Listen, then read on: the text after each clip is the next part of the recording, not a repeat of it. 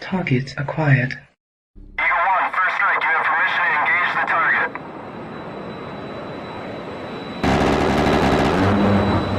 Warning: the following video contains explicit language which may be offensive to some viewers or inappropriate for children. The content within this video is intended for mature audiences only. Hey, welcome back once again into the breach, as they say. Not a lot of people here yet. I delayed the announcement, I mean, I feel like people know I'm going to be live this time on Fridays, but it's all right. I been busy all day getting stuff ready for tomorrow, getting stuff ready for the rest of the weekend, so just kind of making the best use of my time. And we're gonna have a good show tonight. We're both basically we're gonna chill a little bit. I might get somebody to come up and jabber with me a little later. We'll see, but we're gonna talk a little bit about the debate last night with that fellow, mostly with non-fawn. Non-fawn really was kind of it was really like three versus one on non-fawn last night. I tried to, not try to dogpile him too much. Um, and I got the idea that we, for the most part, we were trying to engage, one after the other. But Castle, I don't think financial stuff is really Castle's strong suit. He's a really good guy though, and I like having him around. I like having him debate. Speaking of debate, tomorrow night we will be doing the debate show again, assuming that I can get all of the judges and everything sorted out, and have a good show. But assuming that that happens, which I think it will, we'll have a great show. Tell all your buddies, bring all your friends, especially if they like to debate. It is $100 prize to the whoever wins the debate. Everybody is welcome. If somebody that wants to actually debate and maybe they've had some issues over here, they may have been banned because I did give the mods kind of free reign there for a little while. And well, they need to reach out to me before the show. But that's a short list, and I don't even know that there's anybody actually on it. But if they are, let me know. We'll get it taken care of. So the debate show tomorrow night will be really good. If it isn't a debate show, it'll be another chill stream, and we'll just I'll have a great show anyway. It doesn't matter. I'm just gonna have a great show. That's the way it is.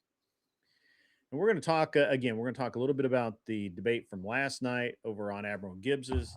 We're going to get into some other nonsense.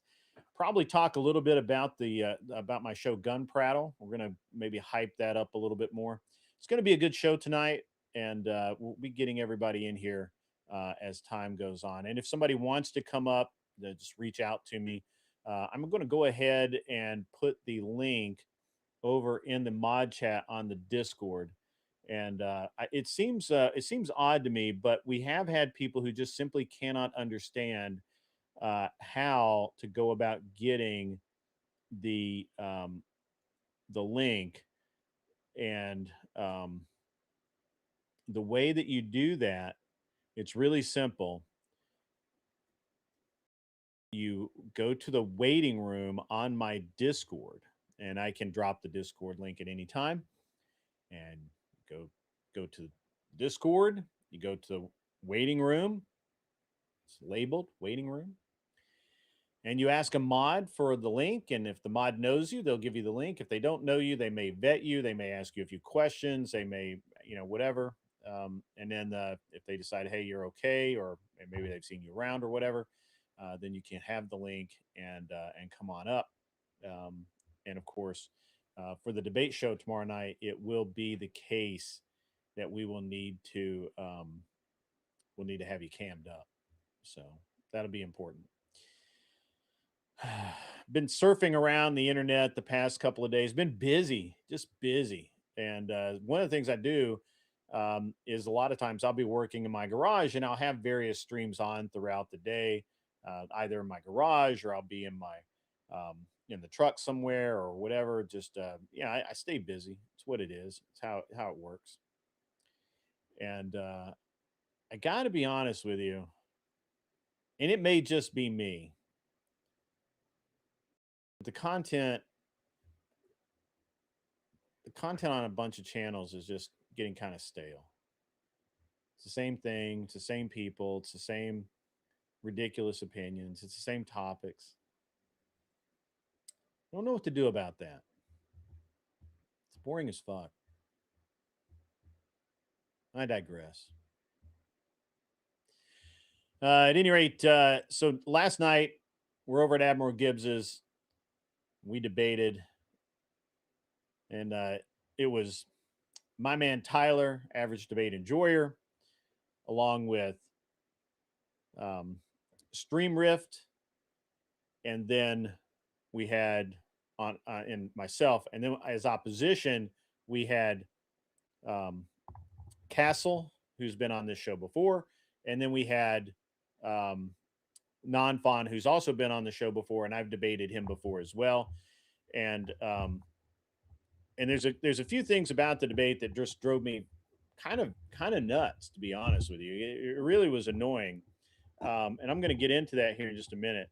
And the more I thought about it today, the more I was like, man, I can't believe how poor, how I couldn't believe how it went down, right? Like I was like, yeah, this is just weird. I'd really like to get some other opinions on it, but my opinion is that it was just a strange set of happenings, and I could have made a better show last night, and I just I was kind of asleep at the wheel a little bit. So we'll get into that in just a minute. Let's see what else. Everything is good in my world. I hope everything's good in everybody else's. I don't seem to be feuding or fighting or bitching or crying with anybody in particular right now, which seems to be a novelty out there in this particular section of YouTube. Seems like everybody has got their panties in a wad lately and crying a bunch online in DMs. It's just fucking shameful, honestly. It's just crazy. And I don't know. It's just sad. It's just all sad. At any rate, let's talk about Non-Fon last night and kind of what I saw. You guys can comment. Tell me if you saw the same thing.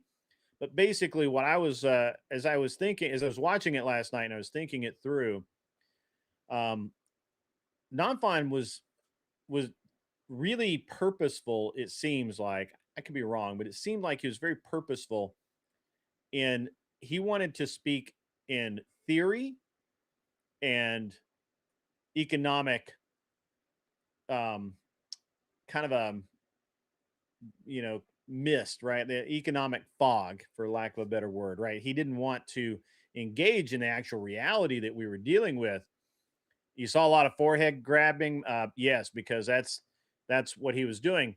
And so the actual prompt last night was the economy after a year of Trump. And Tyler gave his opening, and it was great. It was a good opening, and it dealt with all of the things that Trump either had done well or had done poorly, and where Tyler felt like, hey, we could, Trump could definitely do a little better. That was great. Castle, not the best opening, did okay, kind of the same thing. A few things he was just factually wrong about, but that's okay. Again, I don't think economics is kind of his forte, and that's fine. And then Stream Rift kept it very relevant. Trump did this, Trump did that, Trump sucks at this, Trump did really well at that. Non-Fon talked about economic theory and why, even though it was working today, that it might not work in the future.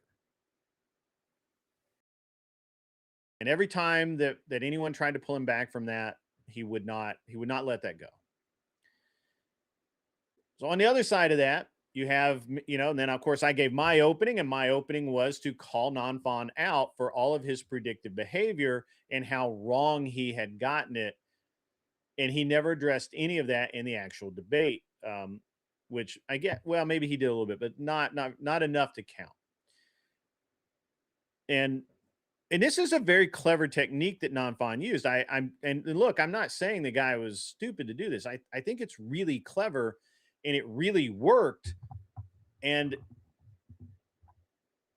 the more I thought about it last night, the quieter I got, because even when you would call him out on, yeah, that's theory, but it doesn't hold up. This is the way it really works, or this is how it has worked. Literally everyone, except for the three of us, Tyler, myself, and Stream Rift, we were all calling him out on, hey, we're dealing with this. And he would say, yeah, but, and then he would go back to, well, do you not understand this economic theory? And this is why it's okay. Yeah, sure, it's working today, but it ought not work, or it should, it could fall off a cliff tomorrow. And it's a really great technique. It's really smart of him to do that, because it kept him from having to address the reality of the situation, which is the economy is better than anyone would have predicted, especially coming out of Biden's administration. And the moves that Trump has made, while controversial and sometimes has me going, what the fuck? The moves he's made have worked for the most part. Now, have there been missteps? Absolutely. Sure. Why not? Or what I would consider a misstep. Maybe Trump doesn't. I don't know. And I thought about that a lot last night after the debate. I was going back through the different arguments, and there were so many opportunities to call that out. And in the future, I'm going to have to do that, because this is a technique that Nanfan does, and it's very effective. It is a real thing, and it works, because it gets you away from reality, and it drags you into the esoteric, into the theory, into this, this nebulous thing of what might or could or maybe should be, but has nothing to do with the actual reality. So I think it was very effective. I don't know that anybody else. I don't know, because I haven't talked to Tyler or Stream Rift today. I don't know that anybody else really caught it or caught on to it. But they didn't really need to, because again, when Nanfan would go off on these wild tangents, or not tangents, but when he would go off on these wild trails of theory, and this is how your trade deficit works, and we're like, well, no, dude, we all understand that, but the problem is we're not talking about that. We're talking about what is actually happening today. And even when, it was very interesting. And it's something that going forward, I need to remember that's how he kind of does things. So that was interesting. And it was a great debate last night. I really had a good time doing it. I think that we kind of got into the weeds on the real estate, which was partially my fault, and I should not have done that. We also really did not touch on how Trump's policies that he's been putting in place, have really been effective, such as this idea that real estate corporations can't own more than 1,000 units of single family homes. I think that's a big thing. Now, of course, because Nanfan deals in the theory and not the reality of economics, he didn't even know that had happened. He actually said that was a Reddit meme, which was hilarious. And honestly, we probably should have called him out and held his feet to the fire on that a little harder, but there's no real point. So if you guys have any opinions on that, go ahead and throw them in the chat. I'll be glad to hear them. But mostly all I heard out of mostly my expectation of Nanfan was fulfilled, because mostly it was cope, it was a lot of seething, and it was just a ridiculous amount of nonsense from Nanfan. And yeah, it was just not nearly as not nearly as cool as it ought to have been. So there you go. All right. So anyone have any input on that? Anybody want to throw something down, make something happen? Maybe not. Okay. All right. It's a quiet Friday night. Friday nights usually hopping a lot better than this, but that's all right. It's okay. Um, so we'll talk about some other stuff. But I liked the debate last night. I've actually, the only debate that I've had lately that I haven't like really kind of liked it was, um, well, I guess I've liked them all. The debate with Destiny and um, Enrique Tario and all of those guys. I've got to get Enrique Tario back on, and we're gonna have a good show with that guy again. I really want to talk to him about where he sees the country going, because we have basically 3 years left, guys. We have 3 years. Um, Midterms are super important. If we do not maintain control in the midterms, we are going to suffer quite a bit. Um, Mainly because Trump will be a lame duck. He won't be able to get anything done. Um, the the House and Senate will both side with the courts to pause, halt, or reverse any executive orders as they see fit. And it's going to be rough, and they'll probably constantly impeach him. And if that happens, the next few years will be just horrible. It could have a real effect on Vance being able to run in 28. And look, guys, I'm telling you, got to be careful going forward. We really do. So it's going to be a good time, though. So midterms are important. We got to really get the message out, get the vote up. And I got to tell you guys, I'm kind of encouraged at some of the responses to this, to this, what's going on in Minnesota and some other areas of the country where um, normal citizens are really taking note of what's going on around them. And not the people like myself that always pay attention, not folks like yourselves, which, go out and seek knowledge like you are, but just, normies that watch the news. They watch Nightline or whatever, that they watch ABC News or whatever, and they don't actually know a lot. But thanks to the internet, thanks to podcasts like this one, thanks to many things, we're seeing those people become more and more activated. And to me, it's a positive change. It really is. Absolutely. I kind of wish Mikey Balls was in the house, because Mikey's been helping um, in his local campaign to in Alabama, and that's awesome. I'm glad that Mikey's doing that. What's up, Naomi? How are you? Good to see you. Did you see the debate last night, Naomi?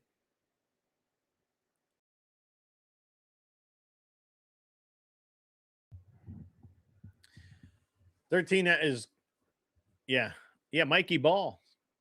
13, did you watch the debate? What was your impression of the debate? You and Jay, you guys, I know you guys both watched it. I'm kind of curious what you guys thought about it.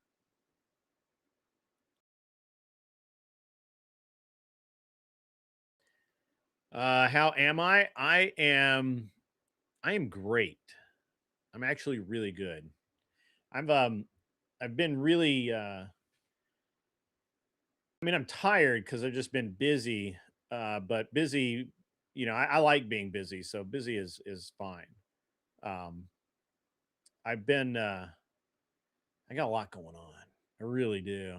And I'm getting more, and I just can't back down. And we're gonna be in a few minutes, I'm gonna pester Clover Tack to come up, and we'll get into the gun prattle, and we'll be talking about really cool stuff um, going on in the shooting world. I'm gonna go shoot a match tomorrow um, at the Glock store in Nashville. and I'm taking my son with me, and we're gonna have a great time. It's another PCSL match, so it'll be a PCC or pistol caliber carbine. It's 9mm rifle, and then of course 9mm pistol. Got rid of the kids tonight and grandparents. Boom. All right, sounds like a party to me.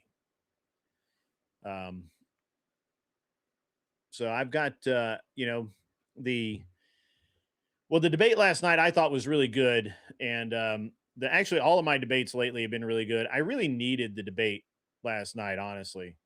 I really, I've been needing to kind of actually have a back and forth, and I am very disappointed that non-fon decided to mostly stick with theory and not deal with actual things going on.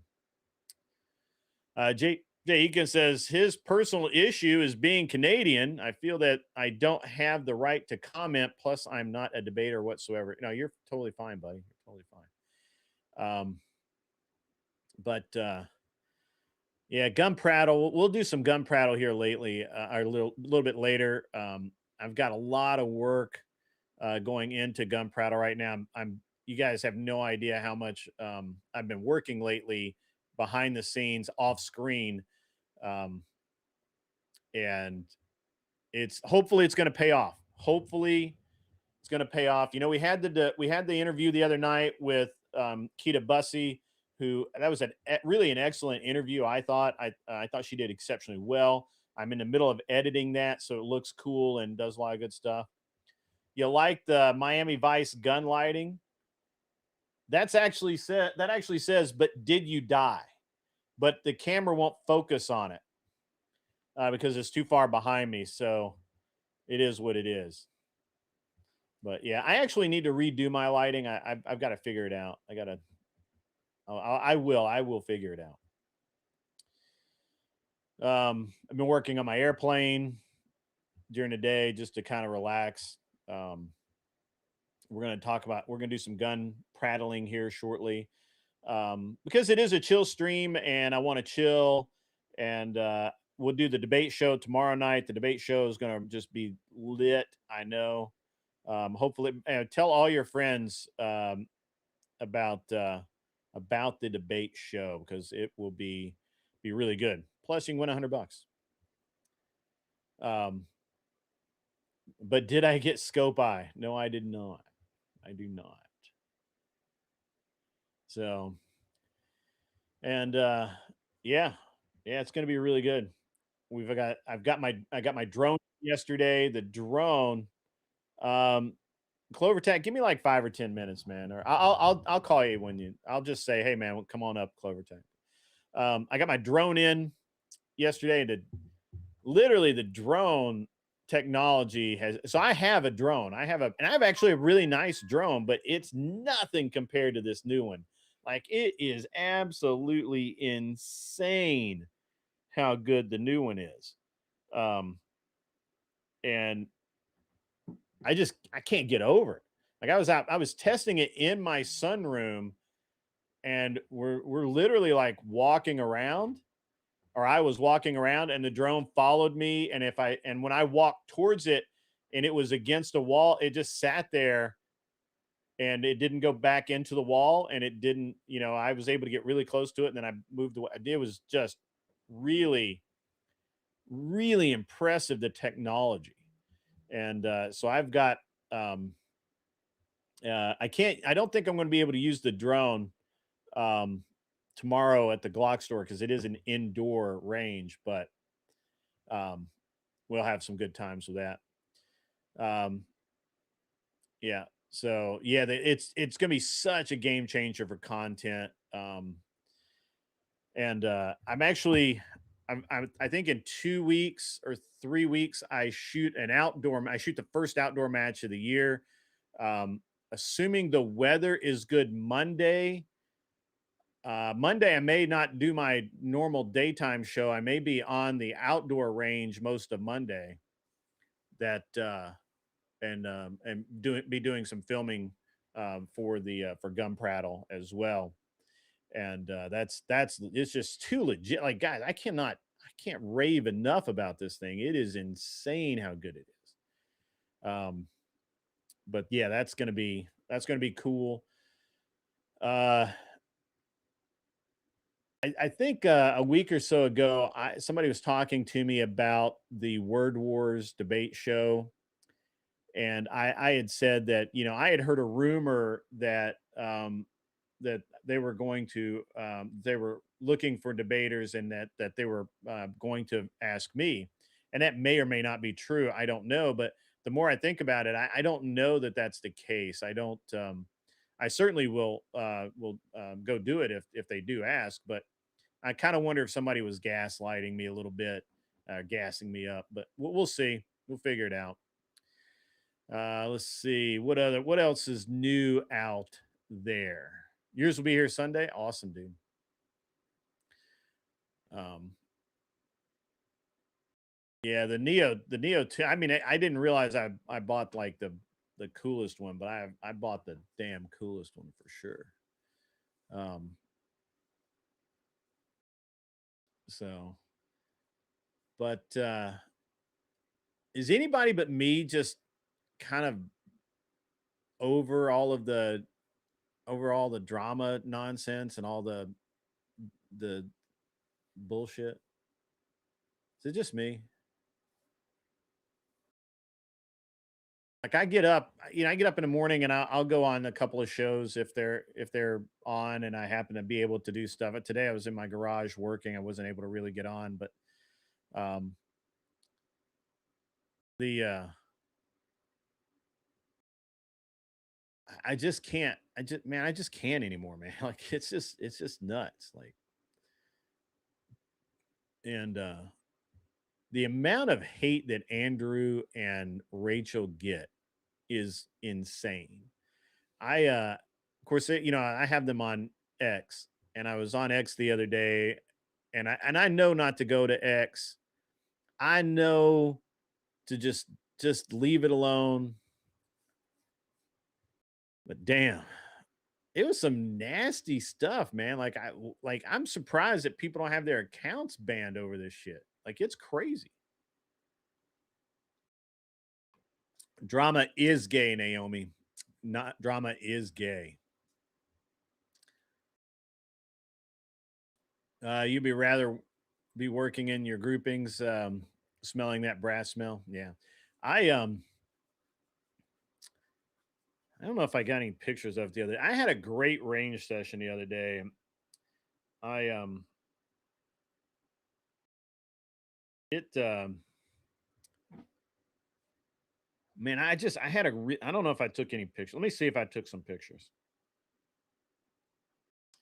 I did. I did. Let me go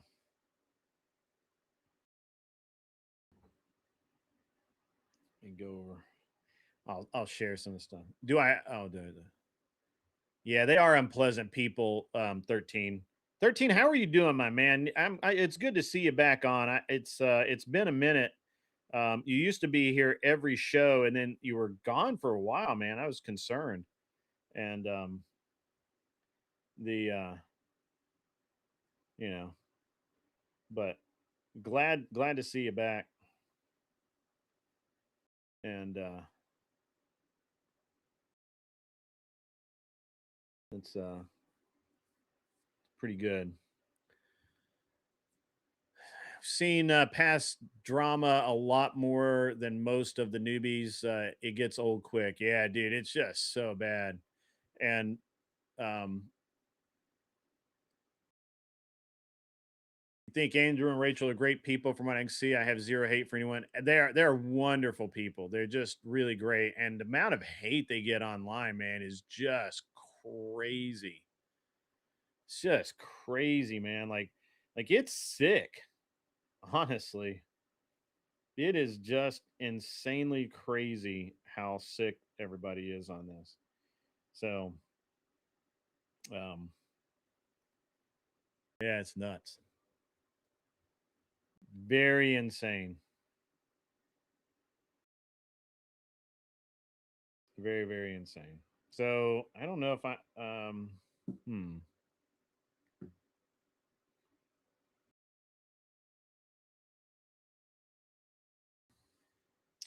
Let me see.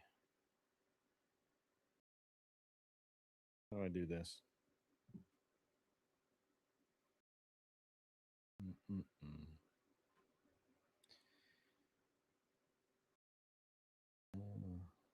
Yeah, it doesn't matter. I'll figure it out in a second.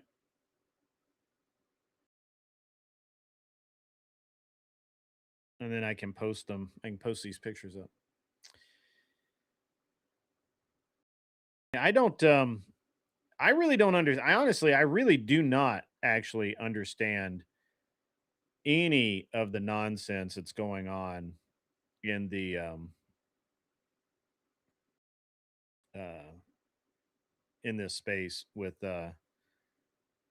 some people, right? Like I just don't I'm kind of sick of trying to understand it, to be honest. So it is what it is. All right, let's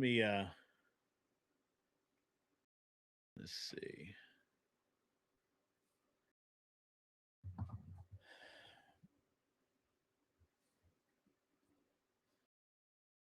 If you're new here to the show, and I know that we get new people in occasionally, tonight is a chill stream. It's while it I'm going to be fairly high energy tonight for the most part. I'm just kind of eh, just kind of you know.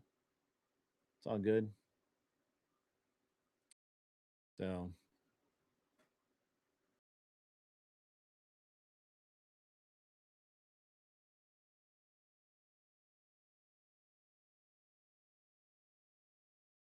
does anybody have anything cool and nifty that they want to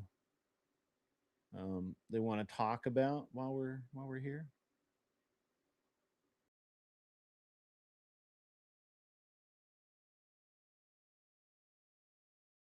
Did anybody catch the debate last night and have a differing opinion than mine? Anybody?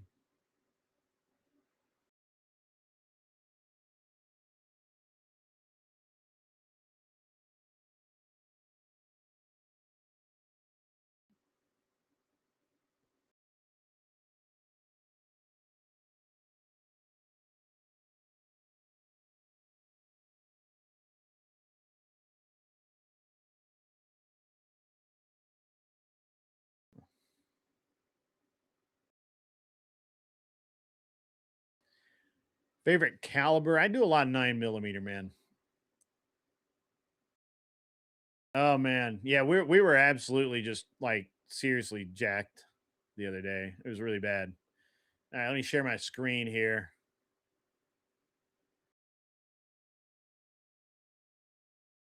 And then this is from my session the other day. This was so this is like 7 yards from a draw, um, as and just basically quick as I could.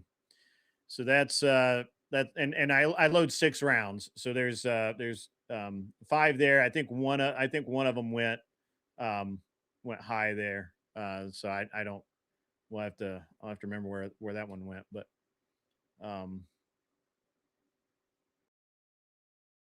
oh, this isn't going to let me do it, so I'll hide that. And then back.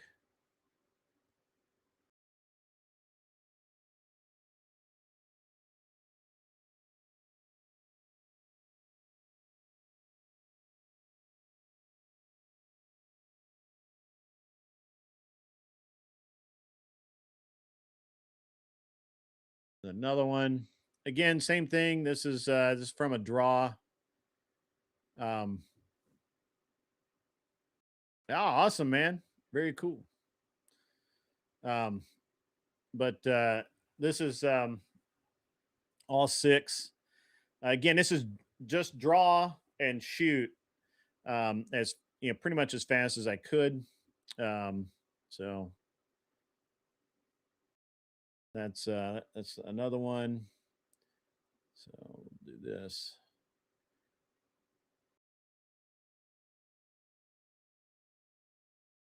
And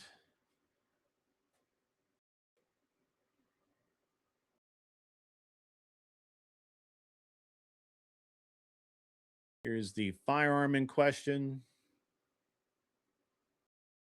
So this is a 2011 that I built. It's a pretty cool gun. And that's what produced the groupings.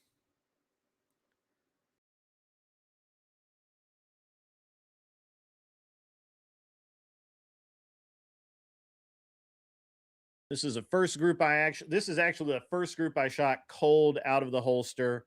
And that is 6 shots. 1, 2, 3, 4, 5, and 6. Right there. So yeah, it's not bad. So, you know, but again, this is from a draw, and it's not really that great. What's the size of the target? So this is what we call a turtle. It's an IPSC turtle. Do I have a better picture of that? Let me see.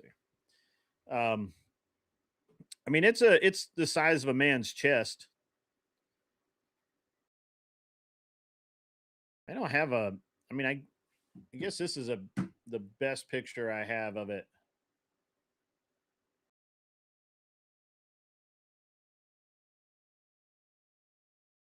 Kind of full size.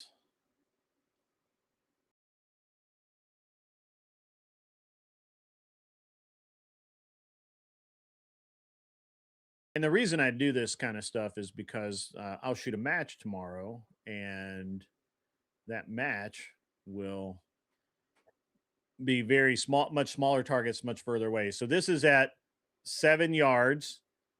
Okay.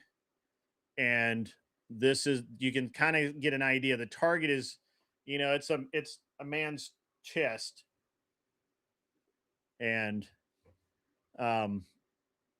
this is a second round of shots here. And just from a draw, present, and put six on. That's what we're doing. But I did not shoot from the hip. That would be cool if I did, though.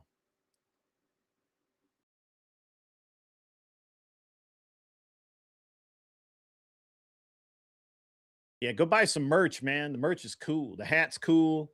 The man card hat is cool. The coffee cups are rad. I don't have one in here right now. I normally do, but I don't have it in here right now. Yeah, that sucks, man. Canada's so bad right now. You only get to practice indoor with cops. Yeah, I get it. It's all good, man. This is an indoor range that I'm at. So that's but anyway, that was the other day. Clover, if you want to jump up, man, come on up, buddy. But so you tried the site. It's gunprattle.net. I got you, bro.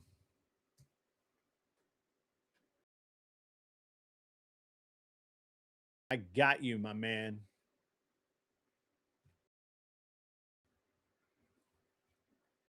Someone adopt Canada. I wish I could, man. I wish I could. You guys deserve better than you get. So we'll wait for Clover while Clover Tack's coming up here. But one of the problems I struggle with when I do these competitions is the first couple of shots out of the holster. It's not that they go wild or anything. It's just I'm a little slow, so I'm trying to increase my speed, and which we were talking about with Kita the other day is how to increase speed. And I'm going to take her. I know that she probably didn't think I was actually listening to her because I pushed back a little bit, but I absolutely was listening to every word she said. You're rude like that sometimes, fucker. I am, but I listen to everything you say, and I like to push back because I really want to understand the full understanding. Canada is a concealed carry country right now. That's funny. Concealed means concealed, bitch. I used to say that all the time. It's like somebody was like, when I tell people all the time, hey, I carry everywhere I go. I literally, like, if you see me, I'm armed. And they're like, nah, man, If I am here, this is not a gun-free zone. That's right. If I am here, is not a free government. This is no longer a gun-free zone. Right. Yeah. And so, and they're like, "Well, don't you get caught?" And I'm like, "Concealed means concealed, bitch. Like, I ain't pulling this shit out." Although I have watched, so Colorado was open carry for a long time, right? Or they Yeah. still are, but they were open carry, and cops didn't have a problem with it. It was a common thing, and I've walked into Applebee's with my when I used to carry the HKP 30. I used to carry that gun all the time, and I Hmm. would walk in, sit down, and eat at Applebee's. Got the gun right there on the hip. Nobody said a word to me. Nope. Nobody cared. Nobody paid. Nope. Now, I and tell me if you know if you've noticed this, Clover. I notice that when I'm carrying, because I don't notice it. Like I don't even look. I don't look at it. I'm not fondling it all the time. I'm not Right. checking to see Yeah. if it's there or anything like that. Yep. It's just I'm so used to having it around. It's just a matter. Right. I feel like nobody else notices it. Well, it's like your wallet. How many times, and I do this constantly. How many times do you feel back there and you're like, fuck, I left my wallet at home, right? Right. Because you're so used to, or me, so used to having the wallet back there Mhm. that like I actively have to reach for it to feel to like, because It's I'm so there. used to it. So like I can't tell you the number of times I do that. I'll probably Yeah. once a day, and so Yeah. it's kind of the same thing. But yeah, if you're not um, and when you first start carrying, you kind of do because it's obvious you've got that added weight. You've got, Mhm. there's a certain amount of, even though we go with the try to carry in the most comfortable way possible and whatever, there's a certain amount of discomfort you just got to get used to with it, you know, Yeah. Yeah. because you've got that weight hanging off of a certain spot. But, and, things pressing into you a little bit and that sort of thing. And I'm not saying it's painful, but it's not, But it's it not can like be. wearing, sweatpants and a t-shirt around the house, right? For And sure. so not that level of comfort. And so, um, yeah, I mean, most people are not paying attention. Um, I mean, most people have their head in their phones. Most people are, too worried about other things. Like Mhm. they're not looking for that kind of thing. Like even if you're open carrying, they're not looking at that type of thing. The people that Here's the thing: the people that do pay attention are the other people carrying. Yes. that's that's what Yeah. I've learned. So, and I'm the same way. Like, you shouldn't send the average person through a Walmart here and, um, you know, tell them to, don't tell them why, but tell them to, hey, walk every aisle in the store, come back out, catch me before you leave. And they come out and they go, okay, how many people were carrying a gun in there? They're not going to be able to answer that question. You catch somebody that does carry, more than likely they're going to get pretty close. You know, um, it's just the way Yeah. it is. It's interesting because I And I it's not the people open carrying you have to worry about anyway. yeah. Like that's what aggravates the fuck out of me so much with like, national reciprocity and like people that fight open carry. Is like what criminal? No criminal open carries. Right. they're all Yeah, they're for sure. all hiding it down in their pants. Like, what are we talking about? And they don't even. Not only are they not open carrying, they're not even concealed carrying in a safe way. They're not. They don't Right. have a holster and all of that, or no retention, and none of that. They got it in their damn pocket, or you know, some Mhm. crazy shit. Well, so it's interesting you say it because I used to. So my son, I used to every morning on his way to school, I would, we get to the door and be ready to leave, and I'd be like, "Where am I carrying my gun today?" Right. And so I Yeah, was teaching him how to look at the way people stand, the way the clothes fit, the way things are, and he would be like, "You're carrying appendix today," and or he's like, "You're carrying, on your hip on the back towards the back, or uh-huh. Yeah, whatever." And I'm like, "Yeah, okay." Or he'd be like, "Oh, you've got the pocket pistol, right? Like the AMT or right. Tech or something, and it's in Yeah. your watch pocket." And I'd be like, "Yeah, okay." So I Mhm. mean, but only people that are that into it are going to know that you're carrying a gun. Yeah, Nobody else is going to know. Like there's Yeah. no. Dusty, you want to buy a cap and a gun, but you only seen cap. Okay, well, here's the thing. Um, I will gladly 3D print you a simulated gun and send you a toy pistol. But I can't sell normal guns on the website. I'm not that cool.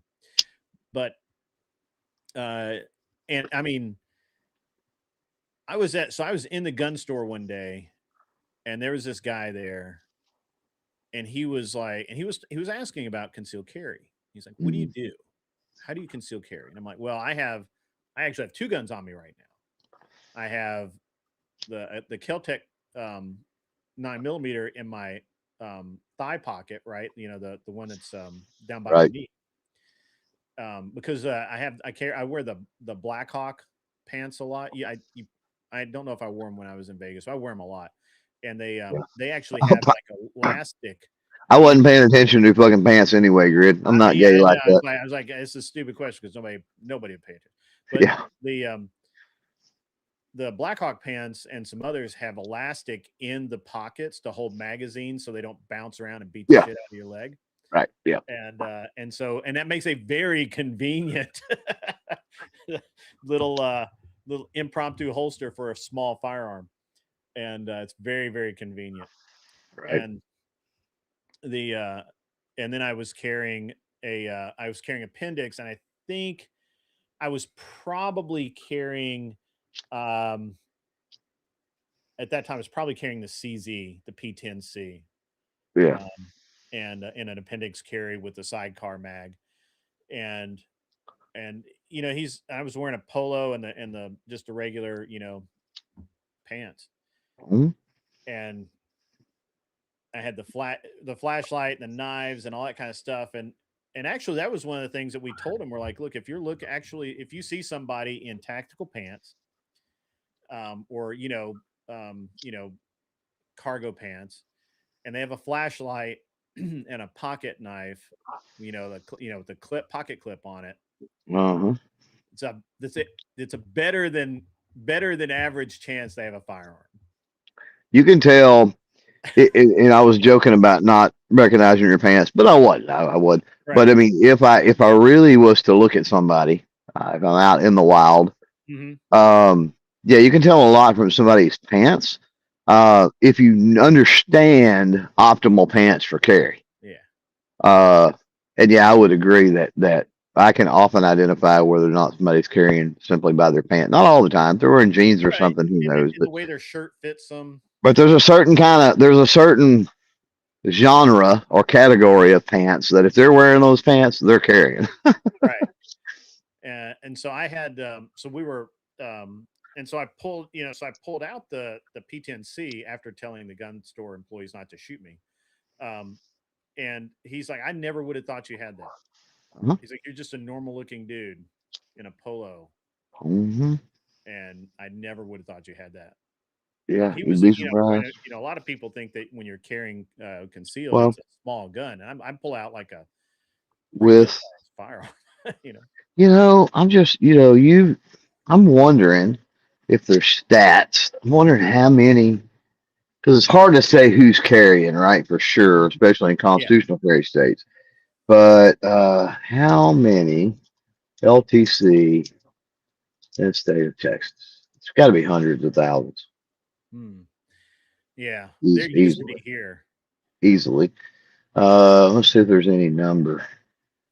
Is there how many And while you're LTC? looking for that, so for the crowd, for the Oh, audience, so in Texas alone, low. I didn't think my mic. Everybody's been telling me my mic's low lately. I wonder if I've got a bad cable or something. you sound fine to me. You're actually when your YouTube feed is a little louder than the feed here, but so state of Texas, this is higher than I thought. And granted, this does not include those that constitutional carry 1.7 million LTCs. So for anybody living in the state of fucking Texas, I hate to tell you this, but you run into multiple fucking people a day there. Right. There's no way there's 1.7 million LTCs and you don't. There's no way. Right. and the thing is that when it's constitutional, most people aren't going to. The it's like a 10-to-1 ratio. 10 people are going to have it for every one person. Or 10 people are going to be carrying without a person. Yeah, eventually, yes, but you got to realize that it was banned for so long in Oh, right. Texas. Yeah. Like we just got concealed carry, the very first steps, and I believe it was '96, if I'm not mistaken. Maybe been '90. It could have been '92 or '94, but in the mid-ish early '90s. And we have worked toward constitutional carry ever since then, and only got it a few years ago, but have worked toward that ever since then. So because we haven't had it for very long, I doubt very seriously the ratio's that high. Um, but I would agree with you, especially in states that's had it for, had constitutional carry for decades. Yeah. I would agree. I would agree with you. It's low compared to others. I wonder if the cable is jacked up or something weird. Because they've been telling me that for like days, but I have literally, I think I have everything maxed out. Just boost it in StreamYard or in Streamlabs. Oh, I got to talk about my stupid ass StreamYards. Streamlabs. Streamlabs. No, StreamYard. Yeah. Those fuckers charged me $827 this week. I don't doubt it. That's why I don't use them. And I had canceled everything. Don't doubt it. That's why I don't use them. And I was like, and I honestly thought that I didn't have anything going on with these people anymore. Yeah. And I was wrong.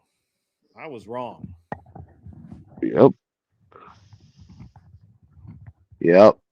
Like I'm not gonna lie about it. I think I like StreamYard better, as far as the software and the function.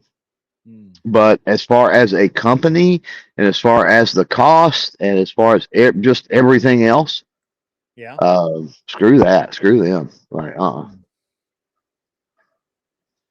gonna just check and see if there's something going on with the mic, and see if it is definitely. There's something definitely going on with the. Let me just check. do what you got to do. But yeah, concealed carry. I think everyone, honestly, I do actually believe 100% that everybody ought carry. You just need to. You just should. You just ought. I mean, it's not even a question in my mind. Right. So. Well, there's some people that don't need to carry. I disagree with that. You think so? I get where you're coming from, and that's why I kind of agreed there when you first said it. And it took, after like a millisecond of thinking about it, I'm like, hold on, no, I don't believe that. There are numerous people that should not carry. If you're not mentally prepared for if you are, first of all, if you're not willing to use it without hesitation. If you do not understand, you got to understand when you need to use it. Once you understand when you need to use it, if you're not willing to use it without hesitation, if you're not willing for and understand the repercussions after you use it, there's a lot of, and it's all headspace stuff mainly, but there are people that I don't believe are in the right headspace for it. And in that situation, I think it could be more dangerous than not, because my first thing is to avoid any situation where I have to use it. And my second is to evade any situation where I have to use it. And then if I have to use it, there's no hesitation. Right. And so if there are people that can practice 1 and 2, and that's enough most of the time, time. Okay. So I mean, I don't disagree with you about that. I think that it's I've always felt like that, I've always felt that people should be competent, but I don't feel like that's 100% a requirement anymore. And I'll tell you, and here's why. So I had a friend of mine that had he had a revolver, and look, we're going back to when I was in college here. So like not every, people just didn't carry automatics very much. And, a lot of people carry just, cheap or inexpensive revolvers. Right. And this dude, because that's what their dad told them they needed. Right. Mm-hmm. And so this guy had like some, I think it was a J-frame 38. Still a solid option, by the way. It is a solid option. Yeah. I'm not saying anything wrong with it, but it's just, he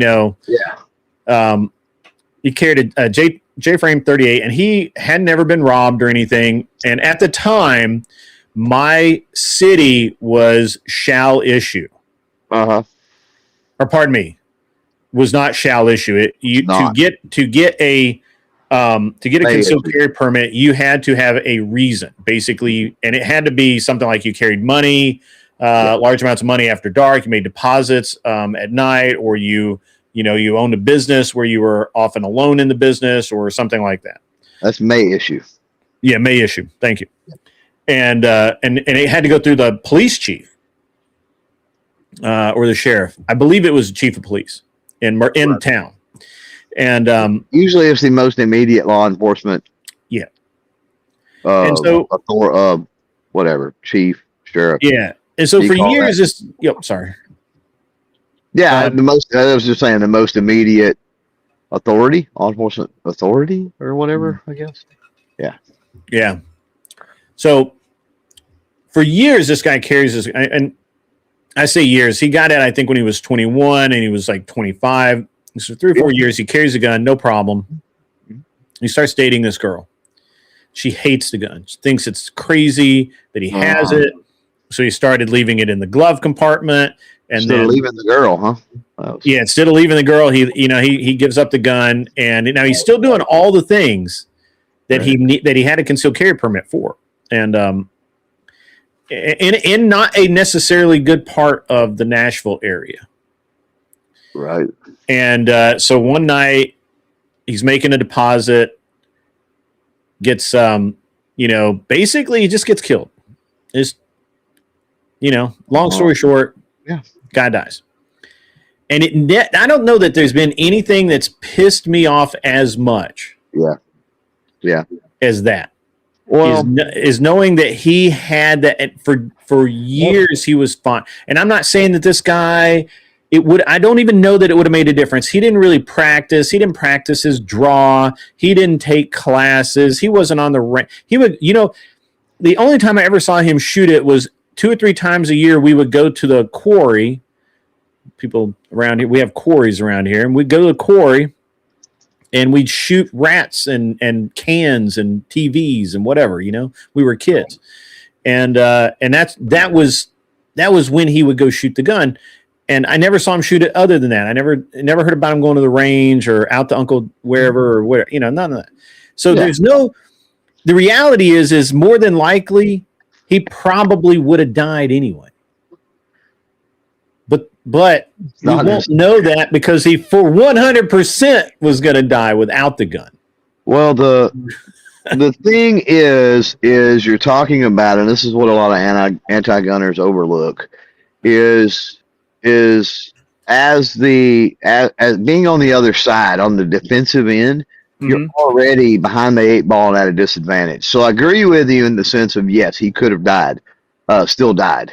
Absolutely, because he was behind the 8 ball, regardless of whether he was armed or not. But that gave him at least a percentage of a chance at that point. Whereas without it, you have nothing. And then, but had his, and that percentage chance, here's the beauty of it, is exponential. So had his situational awareness and other things been at a higher level than what they were, and I'm not trying to speak ill of the dead here, I'm just shouting facts. Had they been at a higher level than what they were, the percentage that's added by being armed increases exponentially. Yeah. So increase of survival by being armed would increase exponentially as well. And I was a hothead when I was younger too. I was really pissed off about this for a long time because it's like this guy, probably should have lived. I got mine. I'm sure you've heard the story. It's national news. She has been an advocate for a long time. But Susanna Hupp, the Luby's incident down here Yes. in Texas, that has pissed me off since it happened. And is the reason as soon as we were able to get any type of license to carry, I got it because she could have ended that. She could have saved multiple lives, who knows how many, but to dispute that she couldn't have saved lives because that dude rammed his car and methodically went through and executed people. Yes. So it's not like he was indiscriminately shooting and she would have been the first one hit. He was being methodical and took out several before he got to her family, right? The table with her family.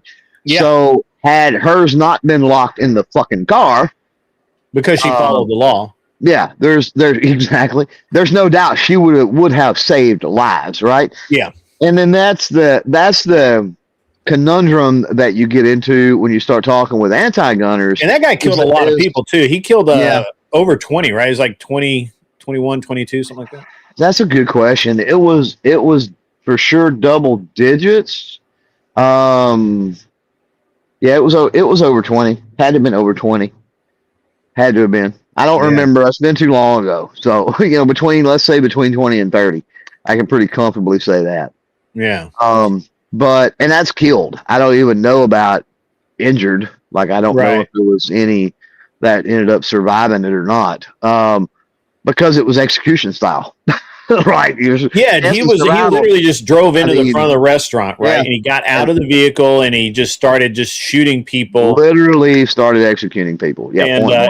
And apparently it didn't occur to them to run out the back, or maybe the back was locked or something like that. Some did. Some busted windows. Some did some stuff. But it's you get shocked. There's a shock value, and when nothing like that has really happened before, and what do you do? And it's that what is it?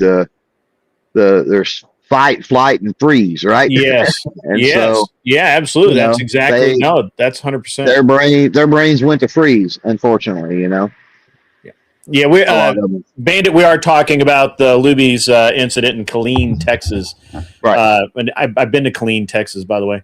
Effing epic. Welcome into the chat if you're still here. The same with you, JH Chunk and Abe Dinkus, and welcome into all of you. We're talking. We're doing a little gun prattle tonight. A little gun prattle. Not too serious, but so you want to hear? Do you want to hear my story on that? On a similar incident, Clover? Yeah, absolutely. Always.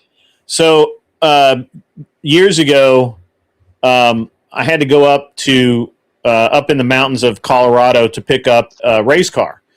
And I get up there, and it's way the fuck up there. And I get up there, and I pull the, get the car loaded on the trailer, and I spend a ton of time talking to the owner. And I don't get back down off of the mountain until late, and it's like 10:30, 11 o'clock at night when I'm even near my house. And they had a midnight showing of Batman at the theater near my house. And I pulled into the parking lot, and I was about to go in, and I thought, what's going to happen is as soon as I do this, somebody's going to steal a bunch of crap out of this car, because it's a race car, it doesn't have windows or anything, and he's got all this stuff loaded, and he's got brand new seats and stuff loaded into it, and I'm like, I'm just going to go home. That was in Aurora, Colorado. Oh, wow. Yeah.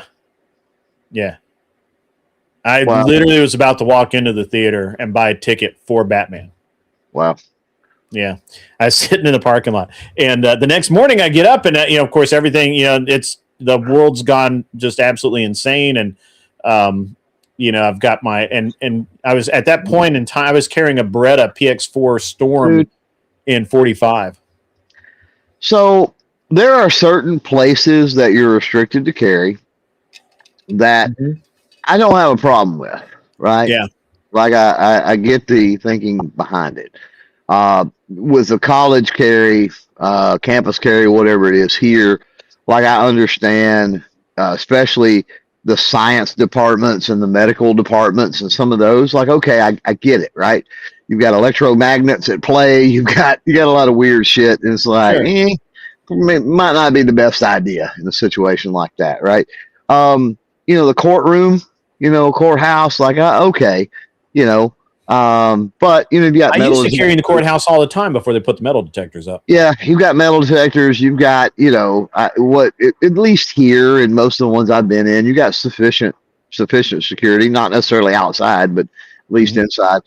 Hospitals are one of those. At least certain places in the hospital, kind of like on a college campus, same type situation. Certain places. You certainly don't want to be carrying when you get an MRI or some shit like that. Right. Yeah. Well, you're going to be drugged up. So I'm just saying that's going to be a bad day. Right. But so I mean, I get it. I mean, even to an extent when they talk about post offices, like restricted areas of the post office, like I don't have a problem. That's behind the locked doors, though. That's not walking up to the counter to get fucking stamps or checking your post office box, or certainly in the parking lot, which, some people even claim is a problem. So there's certain, I don't mind giving a little concession to some very specific places for very specific reasons. But other than that, it makes no sense. And the whole movie theater thing, I've never fucking understood.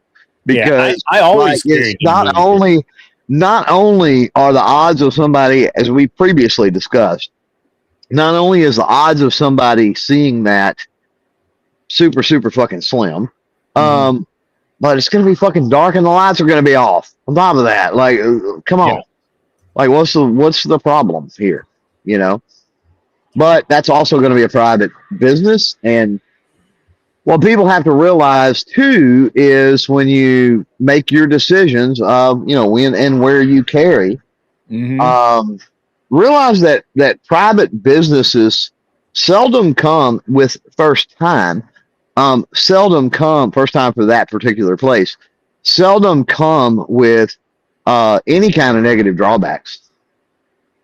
You walk into a private business, you're carrying, they see you're carrying. They ask you to leave. If you promptly leave, they're not even going to call the cops most of the time. And even if they don't approach you and they call the cops instead, and the cops ask you to leave, again, if you promptly leave, and you don't argue and make a fucking fool out of yourself, there's no repercussions for that. There's not even a criminal trespass or anything, right? And so that's where a lot of people say, "Fuck it, I'm going to carry." And I got. Well, that's always been my idea too. I'm not saying it, do it one way or the other. I'm not advocating for any way. I'm just laying out the facts of what typically happens. Yeah, no, I agree with you, and I'm in that same boat. I have had the exact same mentality that if I get caught, which I honestly I've never been. Nobody's ever walked over to me and said, "Hey, buddy, you're carrying." Right. Just never has happened. It just has not happened. Right. And so, that it just, I don't care. Like I'm going to carry, and that's the end of it. So right. Yeah, I've never had anybody. I know I've had some friends that have, but they've been open carrying too. We're not talking about concealed. Yeah. And I had an issue one time. This was fucked up because any Walmart I've ever been in, you can carry. Now, I hear that there are some you can't, but anyone I've ever been in, you can carry. Yeah, I've never seen signs at now I'm talking about licensed carry. I don't pay a lot of attention to the no gun fucking sign because I've been a licensed person for so long. That means nothing to me. But the license signs are typically regulated, standardized signs too. So I notice them easier. But anyway, I was carrying small on my back, and I was in a Walmart one day, and I went back to get, some motor oil, and it was on the top shelf. Well, I'm not the tallest individual, so I had to, I got to stretch to reach it, right? And so and at the time I didn't think about nothing. I was back there getting motor oil. So I reached up, got it, put it in my buggy, walked around, and automotive's in the back of the store. I think it is most of them. But anyway, so I walked around and I got a few other things I needed and kind of made a circle around the store. It took 15-ish minutes, so turned the corner, headed to the checkouts, and on the other side of the big long aisle they've got there that's behind the checkouts, a couple of local PD are walking toward me. And they're laughing their ass off and fucking pointing. And we get up there. Your shirt was behind your gun? No. We get up there, and I didn't recognize at first exactly who it is, but, I get up there, and I knew who they were. My shop was there in town. Like, they fucking had brought their, I knew who they were. They knew me. And they're like, yep, as soon as we seen you, we fucking knew it was you. And I'm like, what? Like, what the hell? And they're like, we got a call. Some, Spanish lady, got a call that there was, somebody in Walmart with a gun. And he's like, of course, we got the call. We had to come down. I said, yeah, I get it. And they're like, and it's but she described you to a T, man, like shirt, everything. And they were laughing about it. And they're like, what did you do? And it clicked when they asked that. And I said, you know what? Did she seen me over in automotive, didn't she? So they're like, yep. And I'm like, yep. Reached up on the top shelf to get this fucking motor oil. I said, I've carried small in the back. I said, I'm sure my shirt pulled up and she's seen it.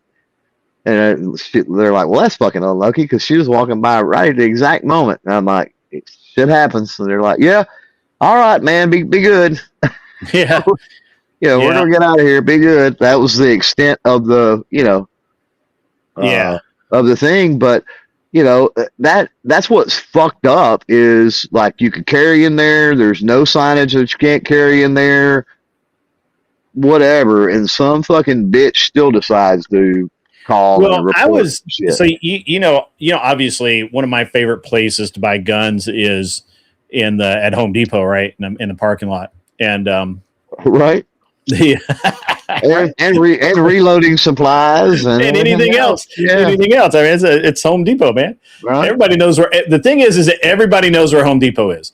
All I've got to say is a Home Depot, and they're like, "Yep, got it. I know where it is."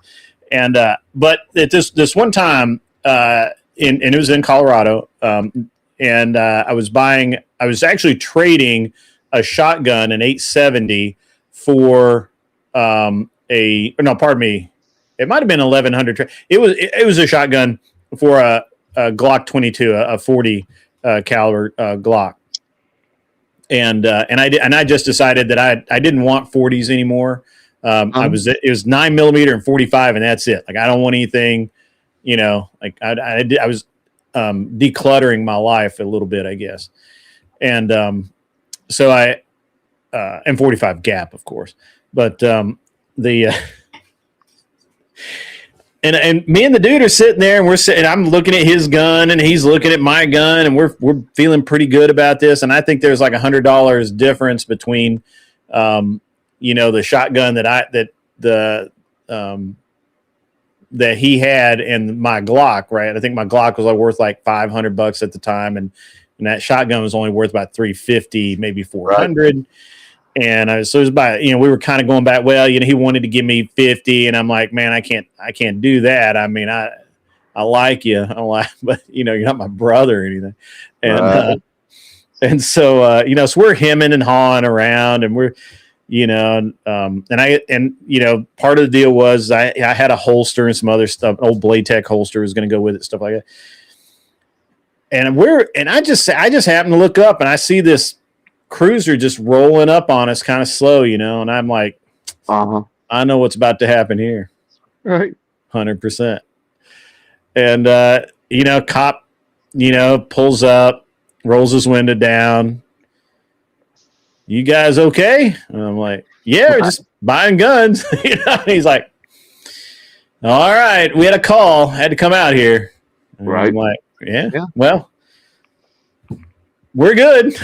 He's like, so many people throw a fit, right? Like all that's right. and that's the problem a lot of times is people get themselves into fucking trouble. Yeah. Because when law enforcement, and think about it, if you called the cops because you had a need and they didn't fucking show up, you'd be pissed. Yeah. Right. So like when they get a call, they got to go check the shit out. Right. Like, so if you're the person that some idiot has called, just understand they're out there because it wasn't his idea. Yeah, it wasn't his idea.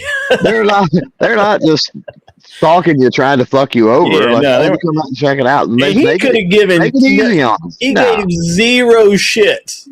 Zero shit. He did ask. He's like, is that a police 870? And I'm like, yeah, it is. It's right. It's pretty tricked out. He's like, yeah, man. I like those. We don't have those anymore. I guess they'd gone to like the Mossbergs or Pinelli's or something, you know. And he's like, I really like that 870, man. I miss it, you know. I'm like, and a lot, and I more often than not, I've had cops bullshit with me. Oh yeah, about the guns. Yeah, you know, more than anything. I had a similar thing. Now we don't have a Home Depot now. The big. Well, now this was outside sport, and what made it even worse was this was outside Sportsman's Warehouse. Yeah, so they sell guns right inside. So the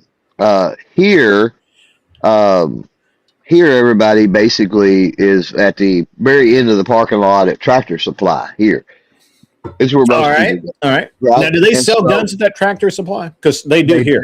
They do not. No. Okay.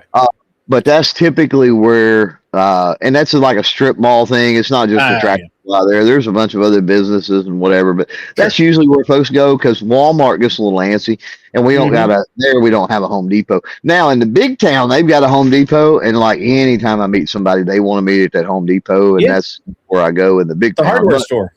Or I go the other direction at the Lowe's, believe it or not. Right. So anyway. But we're at the Tractor Supply, and I'm selling a gun to this guy, and I got like 6 in the back of the car, or the back of the truck. I'm gonna meet was gonna meet a couple different people, you know, had a couple different people asking about some stuff, whatever. And I'm meeting the guy, and unmarked car, kind of similar you're talking about, pulls up, and it's chief of police. Oh, nice. And so anyway, he pops out and. He's like, what's going on? And I'm like, let's get rid of some stuff, you know? And he's like, what you got there? He pulled up like right as the other guy was leaving, right? Yeah. And I'm like, just getting rid of some stuff. And that's exactly what he said. He said, you got anything left? And I'm like, yeah, I got a couple in here. You know, so anyway, I open the truck door. He leans in, is going through. He bought right there on the spot, bought a Smith & Wesson Model 15 from me. Nice. Chief of police in a Tractor Supply parking lot. I mean, you know, like I never had any real problem, man. I just, you know, like I've had them come up on me a bunch of times, you know, and now I will tell you that, you know, like we don't make any sudden movements. We're not disrespectful, anything like that. Well, it helps to know law enforcement too. Yeah. You know, my whole life, you know, even shot was that way. You realize that, but it's who you know. Yeah. And we have, regardless of where you live, there's national night outs. There's all kinds of opportunity. Get your wife to bake some fucking cookies and take them down to the PD or the precinct. You know, there's things you can do where law enforcement know who you are, right? Yeah. Maybe not good friends, but they at least know, oh, this is a decent person.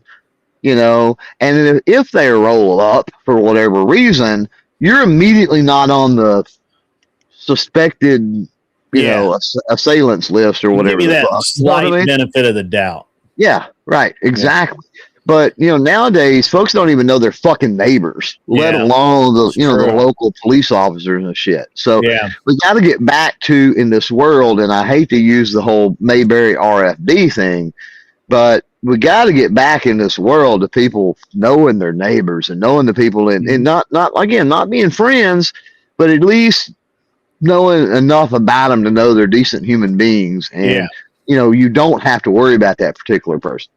Right. Rassalugian says, I sure can tell y'all don't live in Illinois. because that ain't how it works here. Well, that's right. We hadn't lost control of our politicians just yet. Right. But yeah, I mean, that's where I buy a lot of guns at in gas stations. I did buy the last gun I bought off Arms List. The guy wanted to meet at a gas station because it was close to where he works, and I didn't want to drive to Nashville, so I was like, yeah, we can do that. Right. But about the only gas station I meet at is down the road here. And I live out in the middle of nowhere, but down the road here, there's a little gas station. And if somebody wants to like whittle and Jew on me a little bit, that's the requirement. I'm like, you're fucking coming all the way to me, buddy. Right. I ain't driving no distance to meet you. Yeah. You can meet me here, which that's, I live out in the woods, but that's, maybe 3 or 4 miles. If I take dirt roads and other things, I can get to that little store in about, 3 or 4 miles.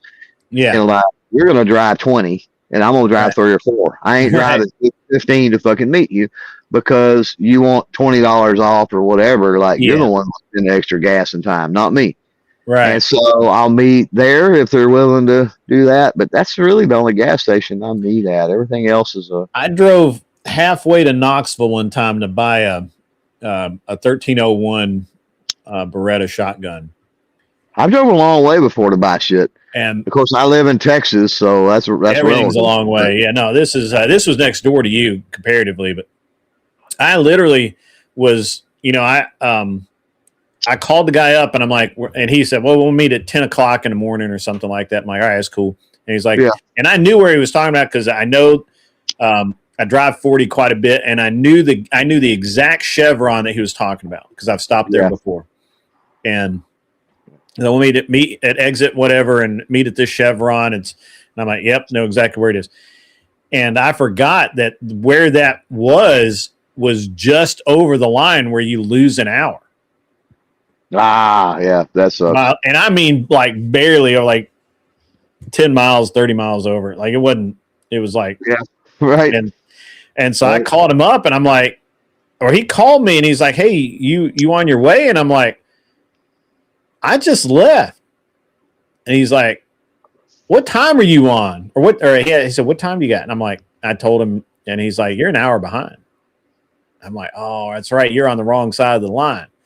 So he was very patient and waited for me. And it was a great deal for me. And it just worked out really positively. But but I've met people at gas stations, but mostly I love Home Depot, man. Love Home Depot. The bigger the area, the space, the better for me. The more well lit, the more open. Yeah. Well, I don't buy them at night. I got to do it during the day. It'll be during daytime. Don't go at night. I have before. But like I said, it just depends. And what's interesting, and I've never done it for. I've met some people that I've bought stuff. I've never done it selling, and I've never done it for a gun. But every police department and even the sheriff's departments have sections of their parking lot devoted to like marketplace stuff. Now I've never done a gun. I may try to do a gun just to fucking see and document it. Just to fucking see, like just to test the waters and see, because it's perfectly fucking legal. I ain't doing nothing illegal. But I may have to try to do that next time I buy one or sell one, see if the person's willing to experiment and meet a place like that. But they've got that. I've turned down gun deals occasionally. I've turned down gun deals before because they want to copy my license or whatever. And I'm like, nah, man, I'm sorry. Like I'll let you look at it, but you're not taking pictures of it. Yeah, you wouldn't buy one from me then, unfortunately, but that's fine. You take pictures of their driver's licenses? No, but I do have a bill of sale that bill of sale we fill out, and it's one sheet of paper, but there's a copy on top and a copy on the bottom. Yeah. And so we fill out both sections, rip it in half, and then he's got one or she and I've got one, right? Yeah. DL number is one of the, not a copy of it, but DL number is one of the things on there. So, or LTC number if they've got, if they've got a license to carry, but some type of an ID number. Right. is one of the things on there. Yeah, the picture of it has Tennessee license have your social security number on it. Oh yeah, see the Texas don't. Yeah. But and I fill it out too. That's my thing with people ain't willing to. It's like, look, I fill it out too. That way Right. you've got, if something happens, who who you sold it to or who you bought it from. Yeah, for sure. And I've got that record too, because that's what gets you out of the doghouse. Yeah, that saved me before. If something happens, especially if you deal with used guns, like if it gets used in a crime, if something fucking happens, I told you about that deal with that Ruger, right? Yeah, and they start tracing. Well, you just don't got your word or some Facebook messages or whatever the fuck. Now you've got a legit piece of paper to go, no, look, Yeah. And you're not obligated to help with an investigation. I get that, but again, it kind of goes back to making their life. Talking about law enforcement, if you make their life as relaxed and easy as possible, it's going to be the best outcome for you. Yeah. And if you can do that without too much effort, then why not? Sure.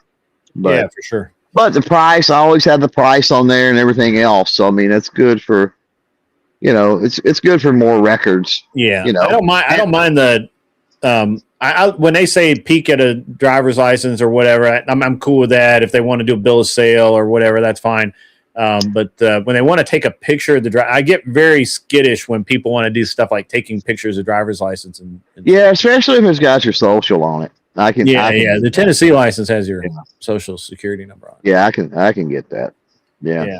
And your date of birth. I mean, it's literally like, it's got everything, man. Well, I've drove at least 4 hours to buy.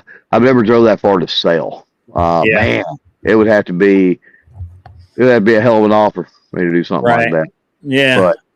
But well, I drove over when we picked up the Satori. So we were going to buy a Browning Satori for my kid, and they were going to have to order it in because they didn't have one. And so I was like, well, let me just see what I can find. And I'm looking around on Arms List, and this, a Satori 725 pops up, and I'm like, that's interesting.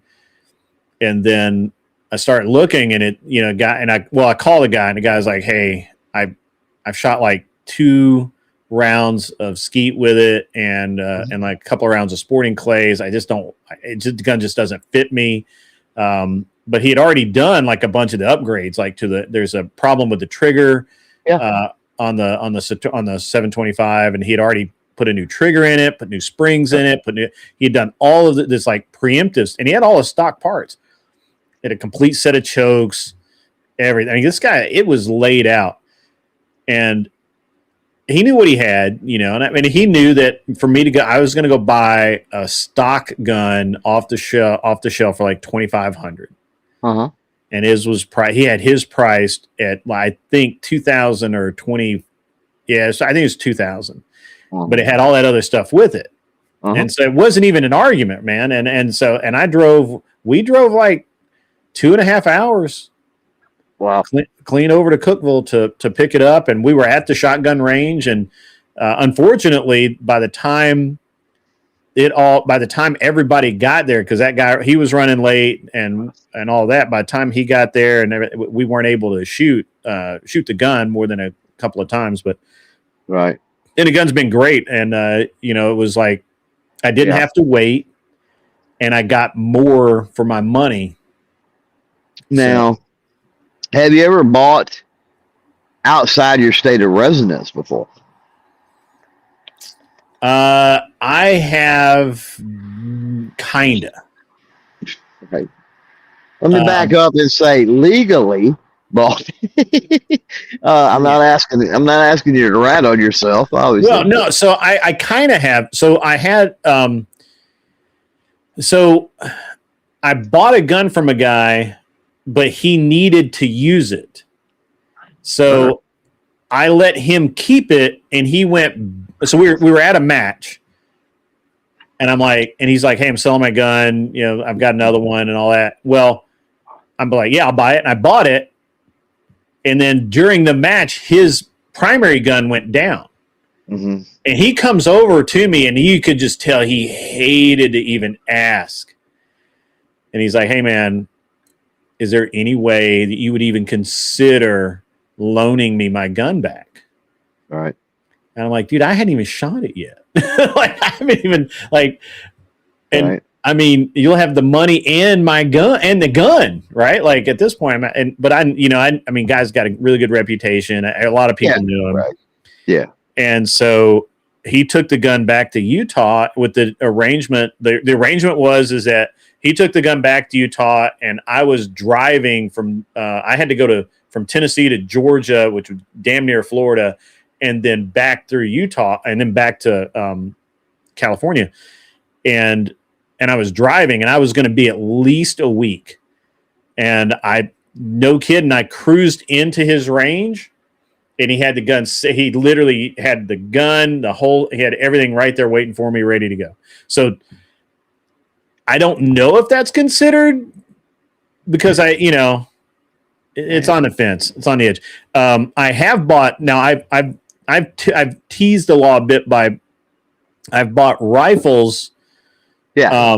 That's what I meant. That's what I meant mostly, because handguns, I mean, you can't legally do it. It has to be shipped and blah, blah, blah. So mainly I meant long guns. Yeah. I've bought rifles in Tennessee and had them shipped to me. Ah, okay. Huh. All right. Because once it's mine, I can, it can be shipped to me in state. Yeah. Right. Yeah. Yeah. Well, I bought out of state you can't. So if I buy a gun in Alabama, if I send the guy the money, if I send a guy a Zelle, right? Like this way this works. I send the guy Zelle, he gets it. All right, now that's my gun, and then he addresses it to me from me, takes it down to the post office, sends it to me. No problem. And you could also go down there and just buy it, and then you could also go buy from a dealer in Alabama. Mm-hmm.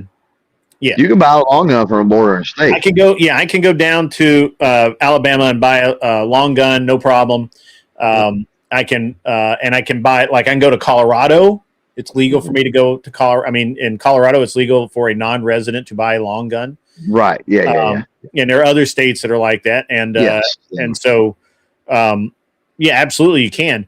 You can't buy pistols for whatever stupid ass reason. But I know that's jacked up. Yeah, can't buy others either. So receivers, you can't do. Yeah, and so but I have teased the law quite a bit. Right. So play in the grade, baby. I've made gun deals at range. I've made gun deals while I was in at a match somewhere, and then executed them when I got to Tennessee. Right. But I've shipped myself. I've shipped my own guns to me from, like, if my baggage is going to be too heavy, it's cheaper for me to, a lot of times it's cheaper for me to put my guns in a box or long guns and take them to the post office and just ship them to myself. Mm-hmm. Yep. And that's perfectly legal. Dude, I have shipped my clothes and my shit before, put them in a box. I ship ammo. Take them to UPS, drop them off, and then when I get where I'm going, it's like I ain't got to worry about checking bags or nothing else. Yeah, so I always check bags. All sitting there waiting on me. Hey, what's up, Sarah? Thank you. If you're going to raid me, that's awesome. Thank you. I appreciate it. Come on over and we can chat. So I have to be honest with you. I don't really care too much about the because I'm not an FFL and I'll never be one. Right. I just don't really care that much about the regulations, right? Like I will tease them quite a bit. I try not to break them outright, but I run right up on it. I mean, I probably shouldn't say it out loud too many times, but I will literally right up on it, man. Legal limit, if you will. And I ship ammo to myself all the time from here to the match, and then from the match back to here.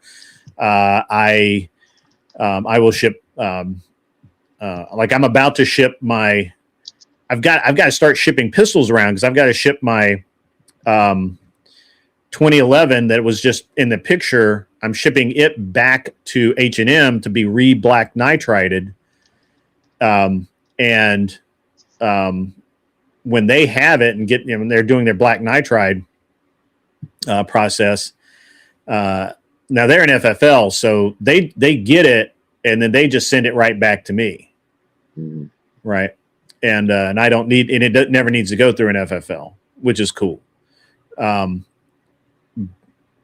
But I also have to send my Alpha Foxtrot down to Atlanta to get serviced, and that may require some. I don't know, because they're a manufacturer. They're not an FFL. I mean, they are an FFL, but it's a different type of FFL, and I'm not really sure how that works. They should be able to send it back to you. I think they can, but I had a problem with Ruger one time where they don't all do that. They don't all do that. Like they can, but they don't all do. Yeah, right? Ruger. That's kind of like people have this misconception that if you walk into a gun, this is the right to refuse service to anybody. Yes. Shit. Like just because the law says or regulation says X doesn't mean that business can't go above and beyond and whatever. And so, yes, they can send it straight back to you for warranty or repair stuff. You can send it straight to them. They can send it straight back. Yes. However, like they can choose to go through, a dealer and go that route.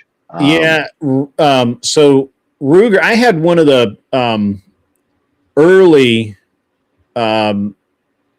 Ruger ARs that was had the adjustable gas on it. It was a piston. Was it a real piston? I think it was a piston gun. It's been 15 years.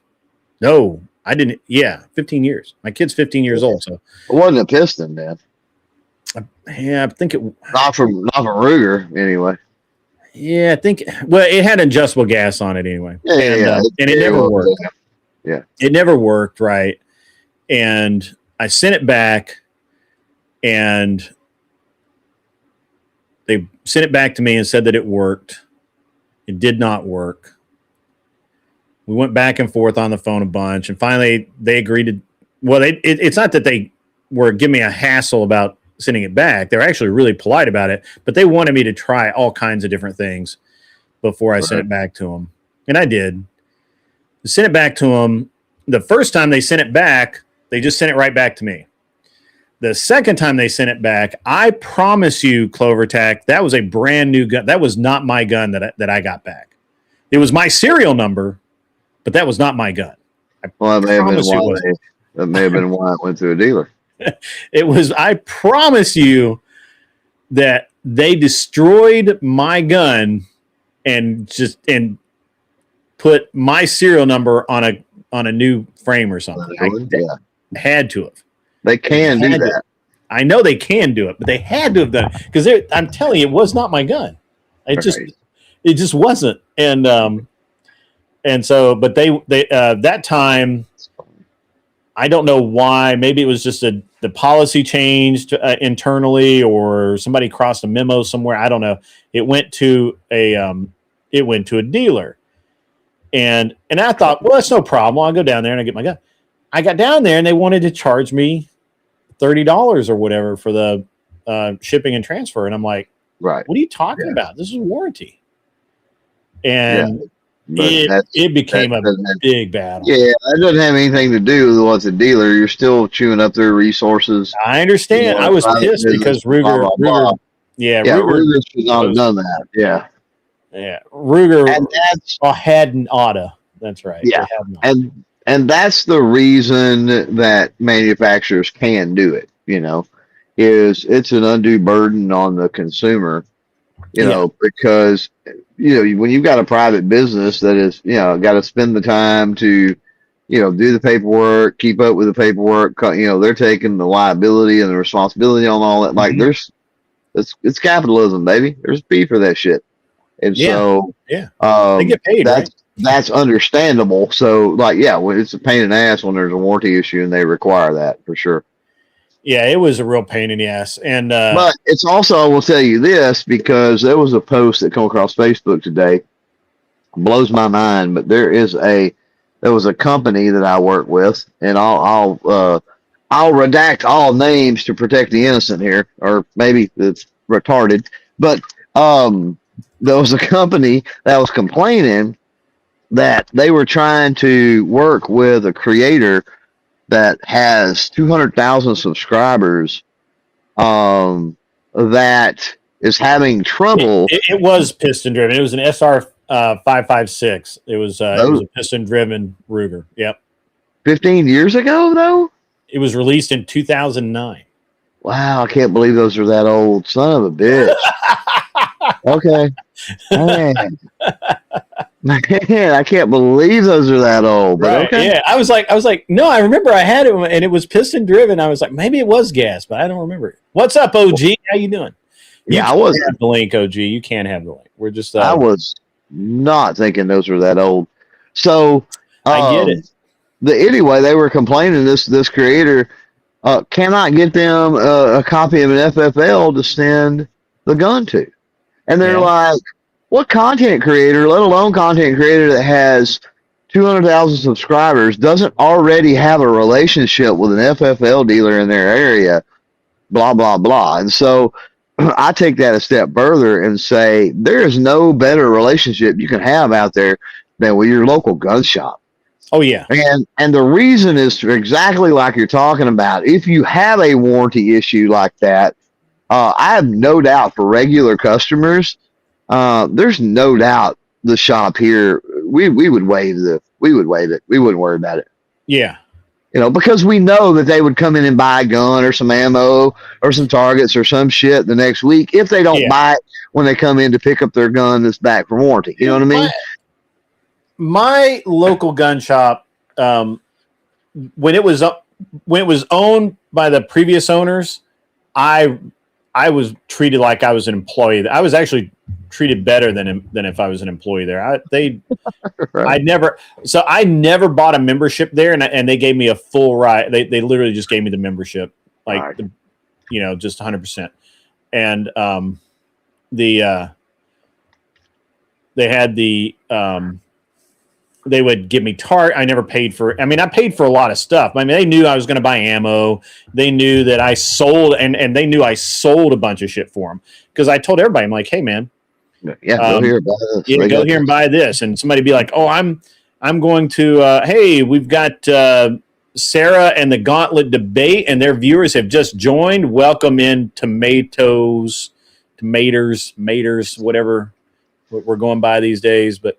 Welcome in. We're talking guns, baby. We're talking guns. It's a gun prattle sort of stream, and I am having a great time. It is a chill stream tonight. We can talk about other things, but mostly we're talking about firearms and firearm accessories. And I was in the middle of explaining how because I actually drove business to this place, and I never asked them for anything. I never asked them for anything free. I never. And I paid full price, and and a lot of times they give me 10% or 15% off, something like that. And and they took care of me on everything, like and eventually they actually sponsored a rifle for me for 1 year for my competition and that sort of thing. And they had it was great. And I 100%. If you're going to be a shooter of some note, right? Whether it's in competition, or you're going to do content, or you're going to do enthusiast, right? An enthusiast. You're an enthusiast. Yeah, absolutely. Yeah. Absolutely. You need to be a friend, a real friend to your local gun shop, and spend money with them. And don't be cheap. Don't be a cheap sucker. Yeah. Patron first, friend second. Yeah, for sure. Right. What's up, OG? How are you doing tonight? He's trying to get his mic to work. He'll pipe off when he's ready. Bigger hammer, man. Bigger hammer. That's right. And so no one should have big magazines. Everybody should have big magazines. Well, I've got the biggest magazines of all. You know, the only acceptable reload for a D60 is another D60. He's got big mags. She's got big That's mags. right. Damn right. Damn right. Got the biggest mags of them all. Yeah, Here's the thing: to find big fucking mag. See, this is what pisses me off. I'm gonna go off on a rant because of that comment. Because hey, it's a chill stream. I can do that. So here's the thing. Oh, it's a fucking high capacity magazine. Well, it's really crazy. How is it a high capacity magazine when it's the fucking magazine that comes with the thing from the factory? Fuck it, but more than 5 is like probably not even normal. That's right. Mandy Cush loves that song, and she's now going to sing it in the chat for us. Which one? Big Balls? Big Balls. Nice. Yeah. And but I mean, I personally do a lot of I did so much like it when I encouraged the gun shop to bring in low recoil slugs because we use a shit ton of them in 3-gun. And people always wait till the last minute to buy them, and they never have them, and so they're always looking for them. Right. And they brought in cases of them thinking they were never going to sell them. They literally told me like, yeah, we're going to do it, but we expect to have these for like a year. And I'm like, if you have them 2 months, I will be fucking shocked. And we got OG version 2 here. We got 2 versions of OG. Got a ghosting, huh? I know. Whoa. We got you? Can you hear me now, Grid? I can hear you. What's up? Oh, hold on. So but we have yeah, he's getting it. You were just low. I can turn you up over here. I'll go ahead and do that to help you out. But yeah, I mean, I have anytime people start talking about guns and restricting guns or anything like that, I know 2 things. First, they don't know shit about guns, and second, yeah, right. They're they honestly, no matter how much they say they like guns, they actually hate them. So can you hear me now, Grid? Yeah, we could hear you before. You're just a little low. Oh, my bad. I got to speak with bass in my voice. I got a new mic. Yeah. Use the chest, brother. The chest. The chest. Yeah. Yeah. What's up, man? How you doing? Nothing much. I just got through debating with liberals about the Second Amendment and how applies to everyone, and there is no no cutoff on it. Everyone should have it. Everyone should have 100%. It. Every American man should be issued an RPG at birth. No limits. Shall not be infringed. Yeah. I mean, I see nothing. I see no law. I see no law. Yeah. Can I trade my RPG for the 240? That's all I request, man. The RPG is free. All right. The tax dollars well spent. But you can buy a 240 if you want. Okay. Yeah, we got $5 from Fuck It Button. Wow, why do you need large capacity? Asking for a friend since 5 is huge. My girl tells me all the time. 3 is smaller than 5, which is why I carry 36 rounds. Wow. Nice. Yeah. So actually, it's weird. That's oddly specific because that's exactly how many rounds my standard capacity Magpul PMag with the magazine extension from MBX. It's the exact number that it holds. And why did I just freeze? Why? Because you got that high dollar equipment that ain't worth shit. You just get some cheap equipment, it'd probably work. Yeah. I don't know why it's I don't know. Like having a bunch of supercars, Well, that's exactly how that works. If you would just get the Toyota Corolla fucking audio video equipment, you'd be good, Grid. I have Upsetty Spaghetti, who I don't know, asking me if I'm a Gauntlet supporter. I guess. But I am part of the Crucible. I know. It's weird, right? Only the Infinity Gauntlet, because man, I'd love to snap sometimes. I got something for that. Hang on. Where did I put that? I had that. I need to be a little more Organize. That's the word. Organize. I need to be. You're so unorganized, you can't even think of the word organized. That's horrible. No, that's deplorable. Actually, it's deplorable. Unacceptable. So Shame him. Poor shame. Yeah, I mean, while I like RPGs, but they're fun. They're not that fun. But I think that you should be able to basically buy anything that your wallet can afford. Yes, sir. An armed society is a polite society. And we actually, yes, very much so. And you know, we actually go ahead. So I'm curious with this debate that OG had. What was their position like? What were they trying to say? Oh, they're standard liberals, standard leftist bullshit. The whole subjective. It's all subjective as to who. No. Should schizophrenics own guns? Should violent felons get their gun rights back? Or if there's no limit to the felons ought to 100% get their gun rights back.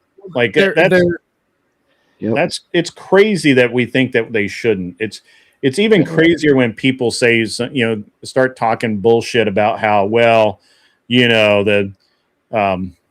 if there's no limits on the Second Amendment, or the constitutional amendments, why can't you yell fire in a movie theater? I'm like, bro, you can. You absolutely can. That don't have. Yeah, you can. You're just not free of the repercussions of it, right? Yeah. It's the same way as the Second Amendment. You go out and kill somebody with your gun, like you're not free of the repercussions of what you did with that, right? Liberals don't understand responsibility. Right, exactly. Yeah. I told you I had something like that. Valid. Yeah.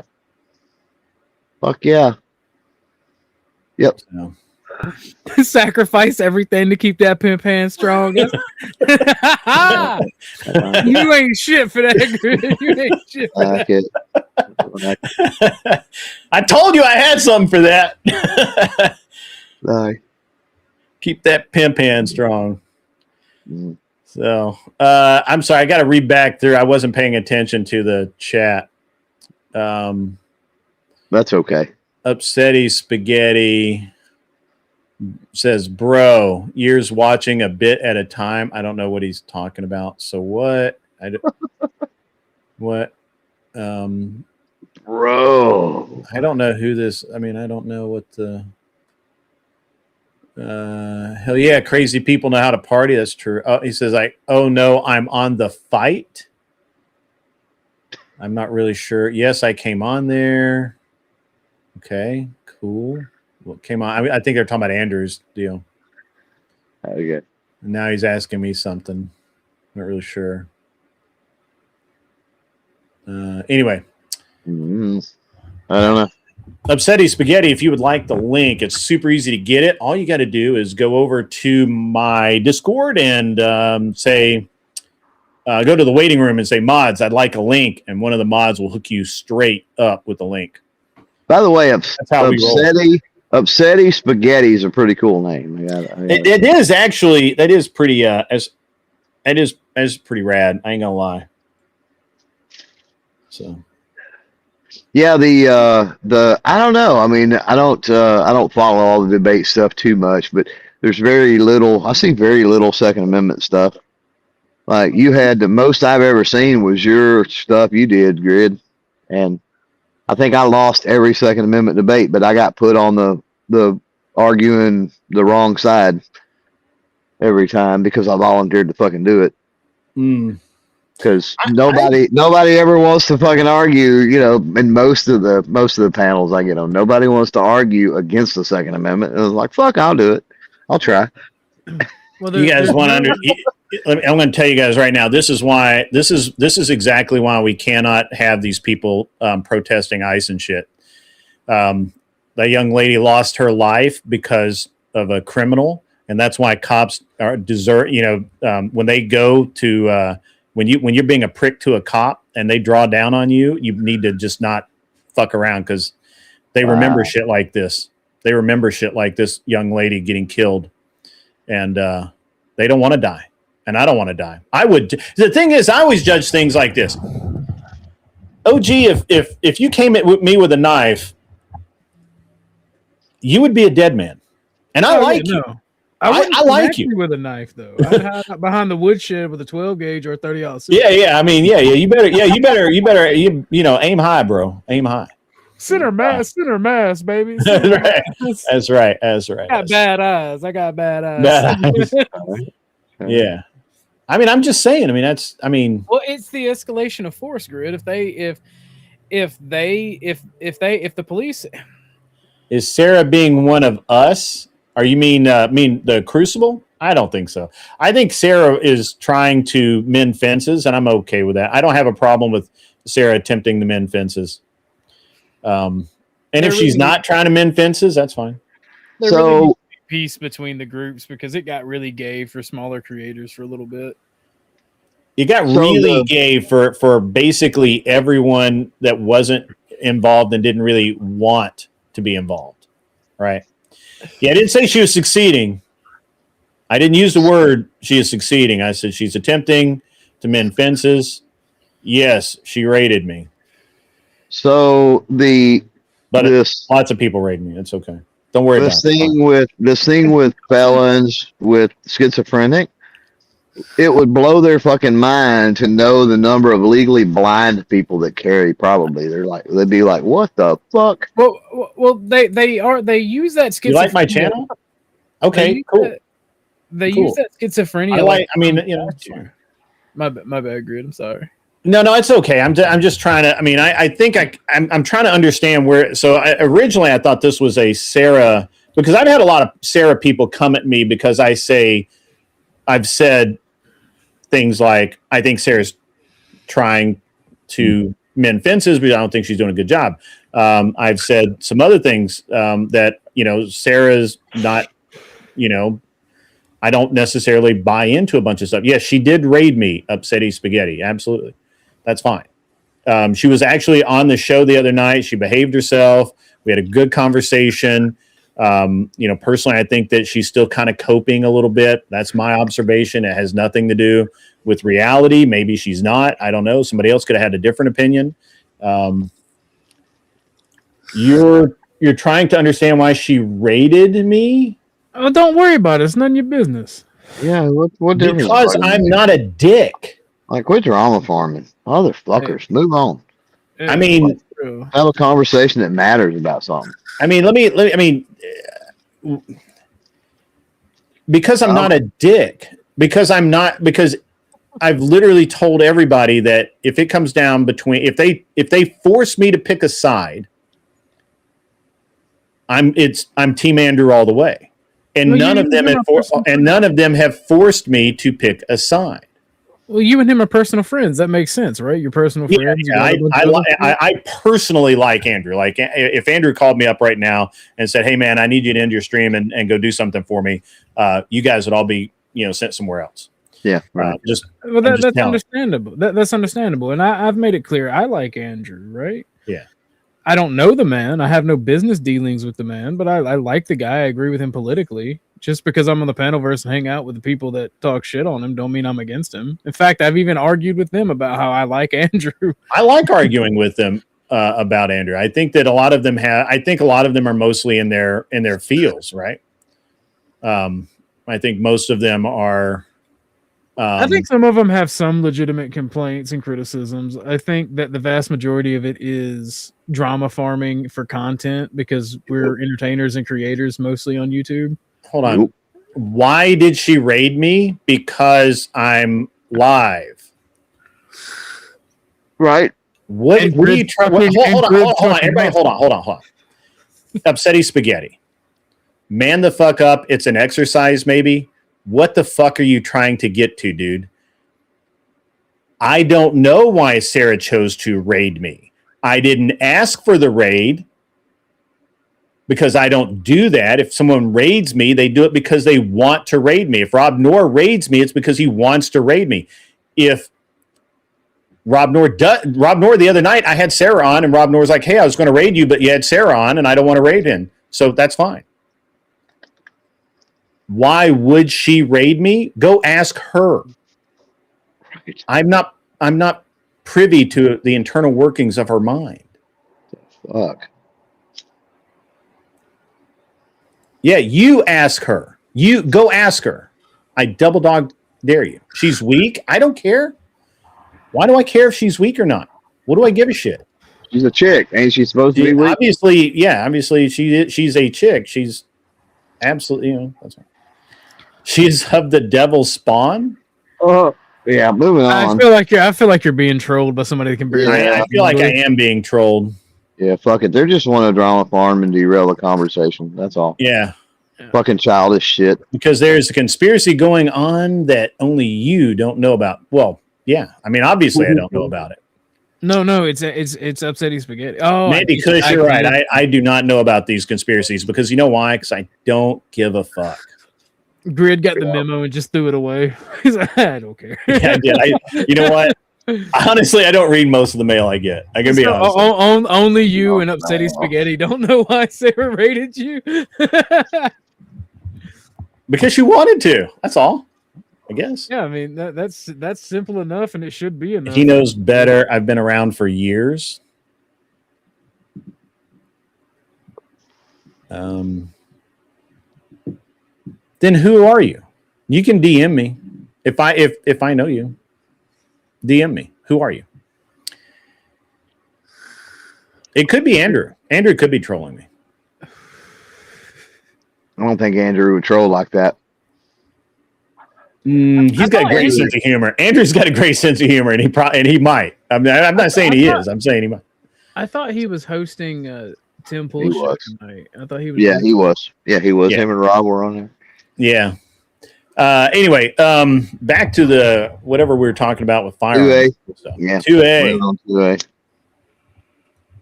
So. Yeah. I don't know if they conveniently overlook shall not fucking be infringed, and it's amazing how. What do you think about the case in New Jersey right now, Clover? Me, I haven't followed that too much. I got Tony up there taking care of that, so I'm good. So that's the thing. That's the thing that kills me, right? Because they wanted to go down this "what about schizophrenics" route. And I'm like, you realize that schizophrenics don't need like a gun to hurt you, right? If you're scared of schizophrenics, they'll lock them in mental institutions. Right. They need to be committed. Yeah. Mm-hmm. Right. Yeah. And if you commit a crime bad enough to be locked up in prison or lose your rights, maybe you can just execute people who are bad for society that like do horrible things. It's not a big deal. Make public hangings great again, right? Exactly. I've been saying that for years. I've been saying that for years, man. But what tripped me up? Because sometimes Balderson and me don't agree, and he'll let me know, and he's like, "I'm with OG." I'm like, "Hell yeah, Constitution." That's funny as fuck. Like I argue, I can understand why we argue about this stuff in Minneapolis, right? I get that, and I've taken Denison's approach on that because I think. When the president came out, I think Denison smoked too much pot to have an opinion on that. Well, I have a date with the bone. No, I'm just kidding. The thing is, our founders smoked a lot of hemp. All right, the Constitution stands. All right, they should have put that in the Constitution, brother. The dudes abide. But and I love arguing. The dudes are high. What are you talking about?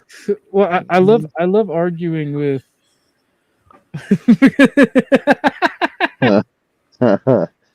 Yeah, no, Grid. I believe in gun control. I believe you should be able to. I believe you should be able to control your gun and I want to control all of them. What are you talking about? Yeah, it's RAS illusion. So this is what I was talking about. So what's going on right now legally with 2A is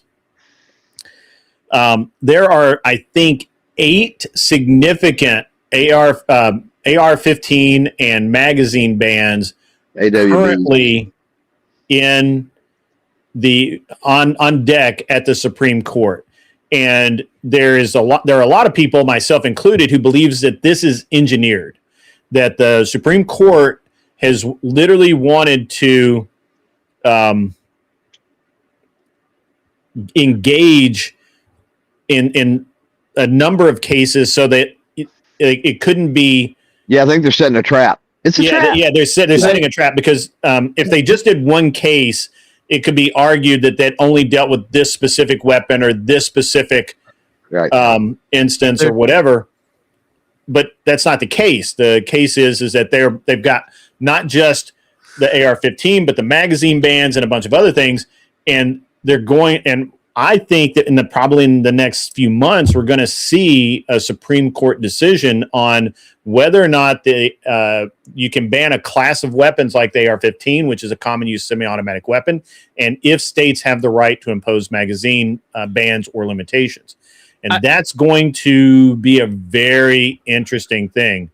I have a prophecy on that, Grid, right? I think the way that they're going to do it, right, because Republicans are no friends to the Second Amendment. If you've really paid attention, I don't know what this guy's saying. They do it all, but I think the Supreme Court, because it is heavily Republican, heavily conservative at this point, I think that they're going to find that banning arbitrarily like classifications gun like AR-15 or assault weapon, like they're going to find that unconstitutional, but they're going to hold up the limiting of attachments like standard magazines, magazine size.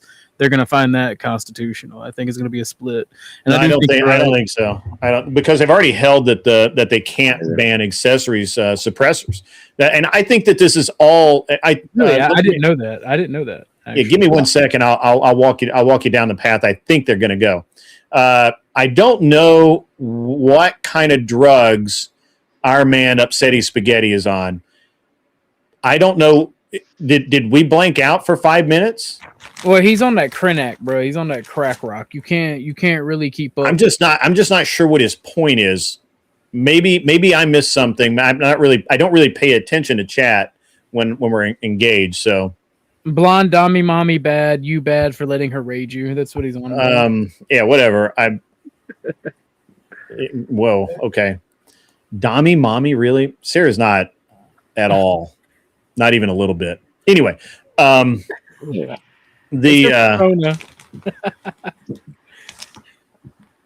so what was I going to say? Let's get into the Supreme Court positioning, right? So when we have all of those cases, and I don't think they're going to split at all. I think they're literally going to hand down a massive amount of smack to the leftist. Yeah, because they're really pissed over Bruin. Yeah, they thought they made themselves clear during Bruin, right? Yeah, exactly. Yeah, and they're really pissed that these states are arguing against Bruin and not actually giving good arguments for why they're not even arguing. They're not arguing against Bruin. They're spitting in the face of Bruin. Bruin's already been argued, right? Well, but I mean, they could argue about it, right? Yeah. But they're not. They're at any rate. So I think the Supreme Court, they've already upheld that they cannot ban suppressors, and they cannot, and they couldn't, and the states themselves can't regulate them.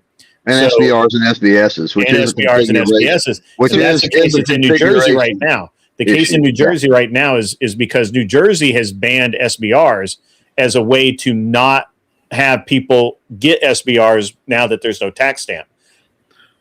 And so one question. Sure. I'm smart, but I'm also retarded. Bruin was the decision that it had to have historical context, right? Mm-hmm. Okay, cool. I just want to make sure I was keeping up. Yeah, so I mean, and basically what they're doing is that they're saying that I think all of this is leading up to basically that the NFA is going to be effectively gutted, and all they're going to end up doing is regulating machine guns. Machine guns are the only thing that we can't claim are in common use, and that's because they've just been so rare for so long that use amendment. Couldn't we make the argument that that the common use doesn't apply here because they were unconstitutionally taken out of circulation because of gun control laws that were put in the books? You could. I don't use. You could, but there's common use. There's two. Yeah, but there's a standard to common use. So there's two prongs to common use, and that's the strange and unusual. And then you fall back, and it's going to be hard to beat the strange and unusual because machine guns even before all the regulations were strange and unusual. So I'm not saying it's impossible, but it's definitely a fight. And I don't know even if let's look and say, okay, well, what you say, OG, is correct, and they fucked up the works of common use because of Hughes or whatever. Well, the issue then becomes, if all that was opened up and machine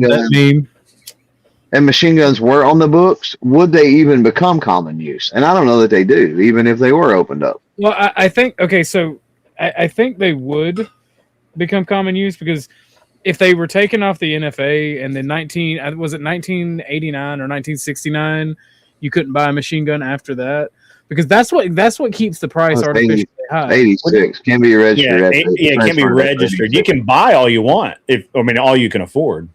Yeah. Anyway, semantics, but yeah. Well, the price of ammo is high. The price of guns is high. Maybe we need more people manufacturing. Well, ammo's back down to where it was pre-COVID. And guns, it just depends on what. Well, I'm broke, Grid. Everything. I mean, I understand, but I've heard. I keep people keep telling me that. And I'm like, the only thing that has me mad right now, honestly, with as far as ammo goes, is that because of Obama's Russian ban, you cannot get cheap Russian ammo. Well, that's not exactly true. I lost all my guns in a tragic house fire. So I understand. I understand. So let me ask you something. So, like, you sound like you're obviously you are a gun guy and been one for a while. How long have you been a gun guy? Well, I'm between the ages of 25 and 35, and my grandfather. Okay, so you're a young buck. Okay. But grew up around it, that sort of thing. Oh, brother, my grandfather, my grandfather was a crazy Vietnam vet. I was shooting guns since I could stand. Okay. So let me give you some older words of wisdom. When it's price of ammo is too high. Price of ammo has always went up. Like, it's one of the things that always, like, it ain't never gonna get no cheaper. And a lot of things have been that way. It ain't like fucking TVs where you can go buy 43-inch TV for $100 bill. Like, it doesn't work like that. I was old enough to see a crate of Mosins go for $1,000. Yeah. Oh yeah. That's how young I am. Yeah, I remember the $4.99, was it? Maybe bucket of bullets for 22s, and being able to walk in the store at fucking Penn and buy them myself. So yeah, but you guys don't remember anything about how valuable these fuckers got. Right. Yeah, they still are. Baby. What are you talking about? Brother? They still are. Primers. That's a dealer pack right there. What's the going rate right now? Are they about $60 to $80 a thousand? Between 5.5 and 7 cents per. Okay, so yeah, up to. You're coming down. I mean, look, they were at 3 to 4 before, so we're within striking. And Wolf says they're bringing them back, and I mean, there's a lot of good stuff on the way. But the problem is we got Obama effectively throttled the import of the Chinese and Russian ammo that we were getting, and that stung, man, because we were buying. Remember the days of spam cans of 1,000 rounds for $100. You remember that? Because I remember that. I yearn for a time I never experienced, brother. You don't understand. I watch YouTube videos of spam can openings, and I'm like, man, I'm salivating at the mouth like when I eat steak, bro. That's why, yeah. And I remember I bought an Incosmoline Norinco SKS for $89 at a gun show. Out of the crate. You want to know what's 75 for mine. Yeah. I owned a original barrel, and I say that for a reason. I owned an original barrel Norinco, but somebody bubbled it up and sporterized it and put in the detachable duckbill magazines. Mm-hmm. And they took this beautiful Norinco and turned it into like a shitty fucking sporter, and it hurt my soul. It really did, but I love that SKS. I really like this one. This one reminds me of basically every fucking liberal I debate.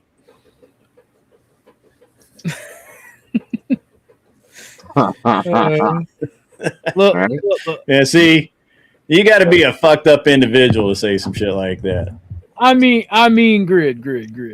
I mean, you know, I'm a little bit wild with my political beliefs. I mean, is he all the way wrong? Sometimes, comrades, sacrifices need to be made. We need more AK production and ammunition.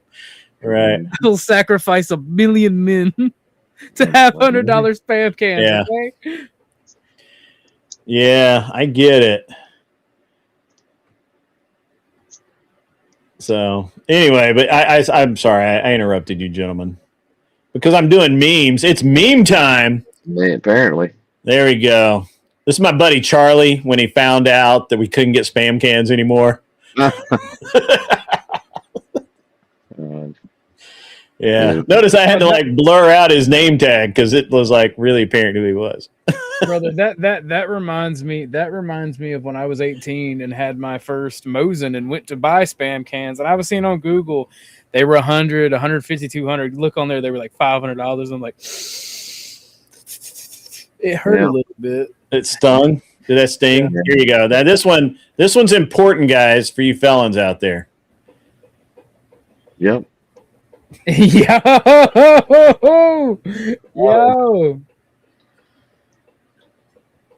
Man, that's crazy. Want to remind you guys, no state in the nation. I can see the wheels turning in your guys' brains right now. Brother, you don't even know. You don't even know if I have Tucker packed out with a fucking with an AR and a 12 gauge, brother. Like he's gonna be like, Papa, why? I'm like, shut up and carry my guns, boy. Yeah. Yep.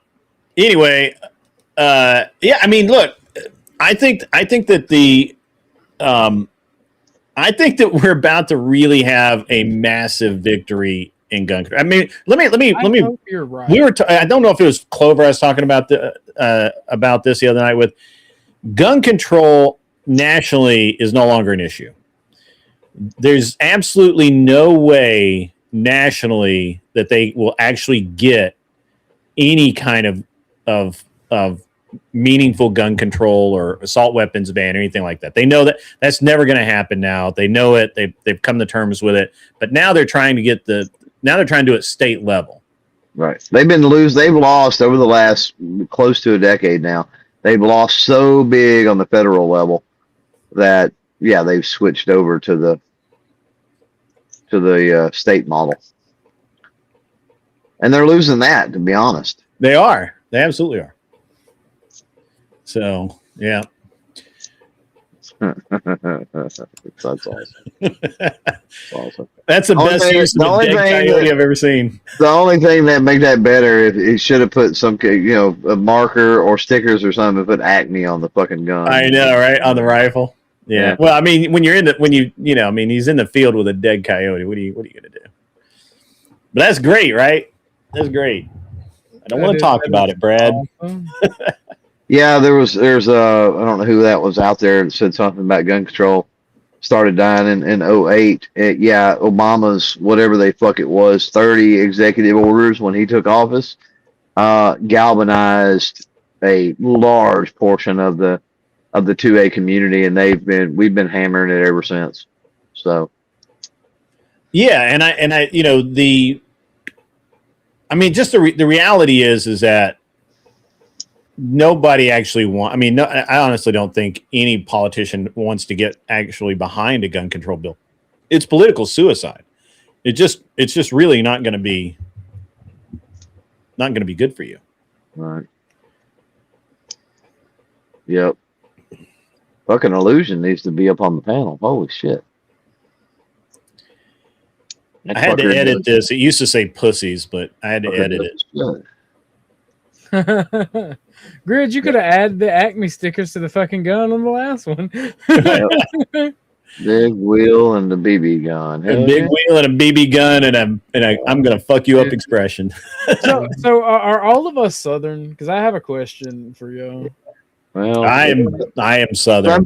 some people say Texas is not Southern, but you know Yeah, whatever. it's not the South, but we can count them.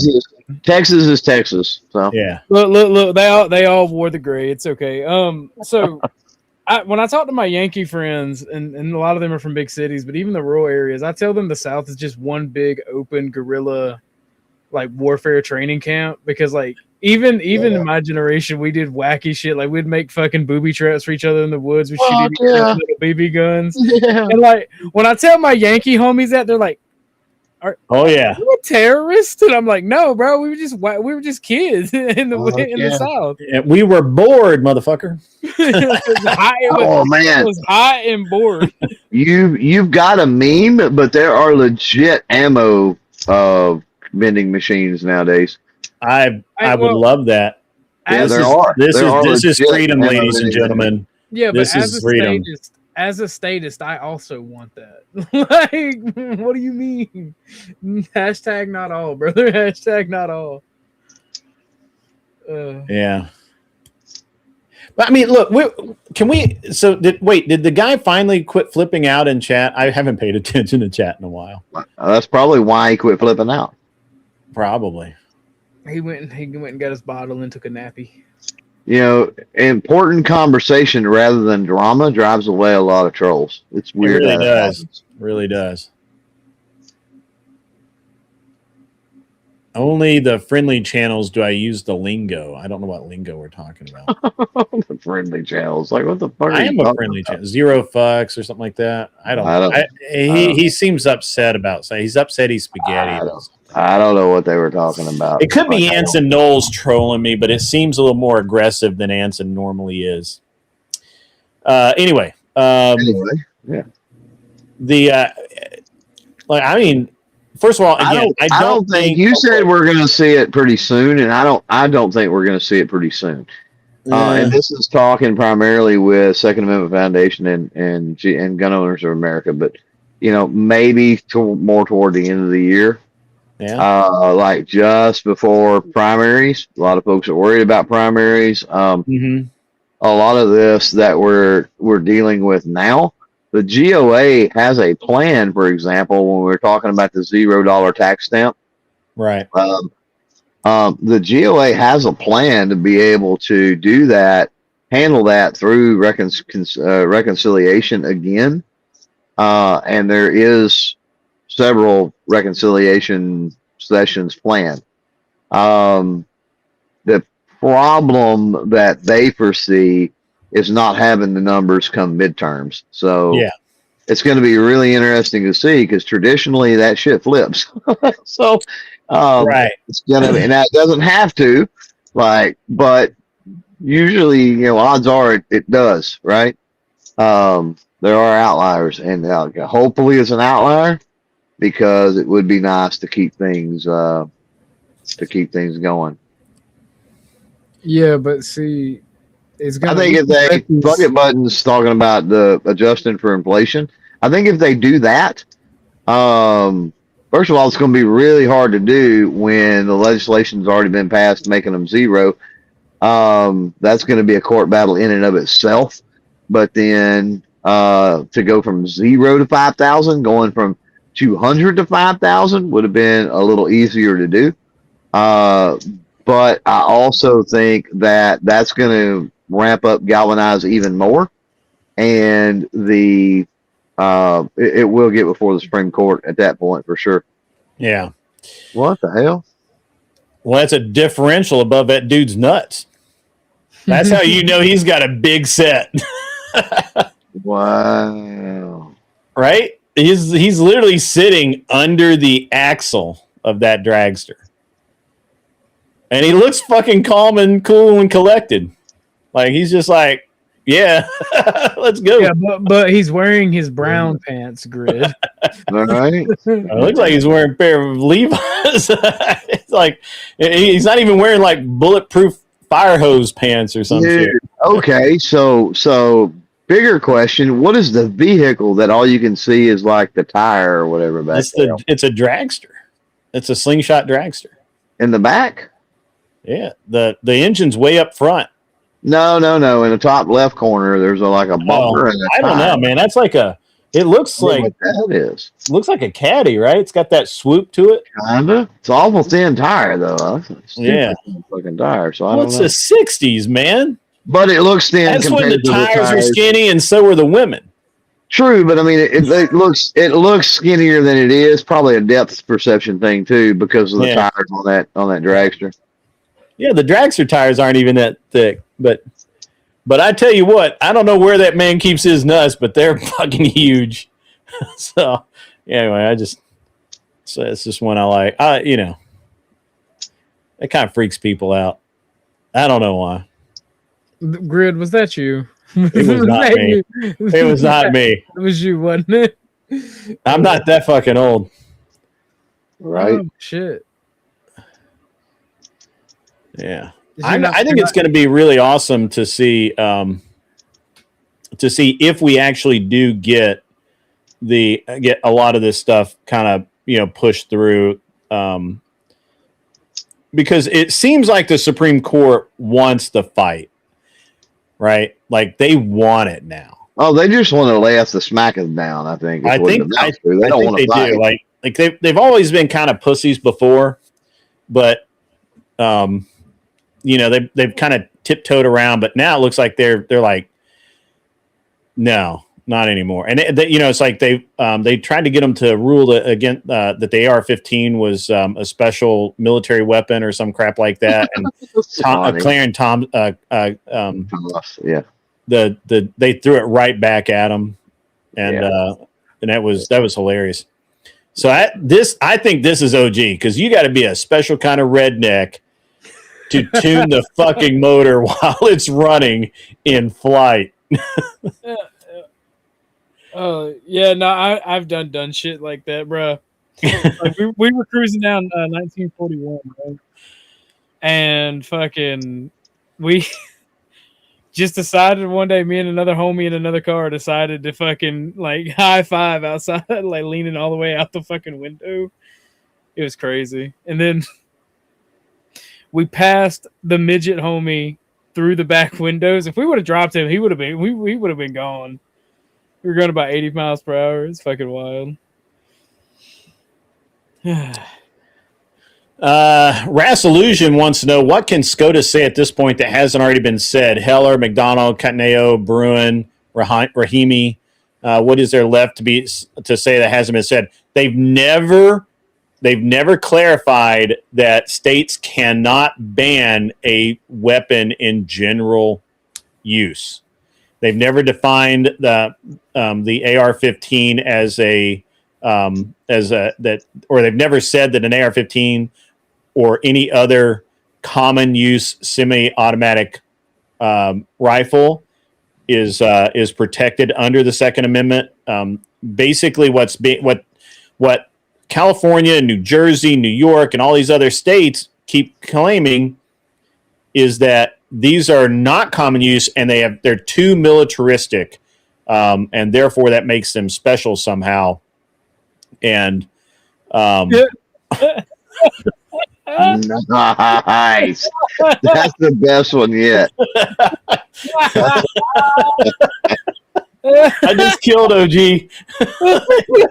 Oh God. Oh man, that's crazy. That's my fucking motto, man. Money, get shit done. Neither. Then this is again mainly coming from GOA and SAF, but Heller and McDonald don't go far enough, Right. and they don't go far enough. That they both can be expanded upon quite a bit. I will not be happy until we can readily and availably buy RPGs. Nah.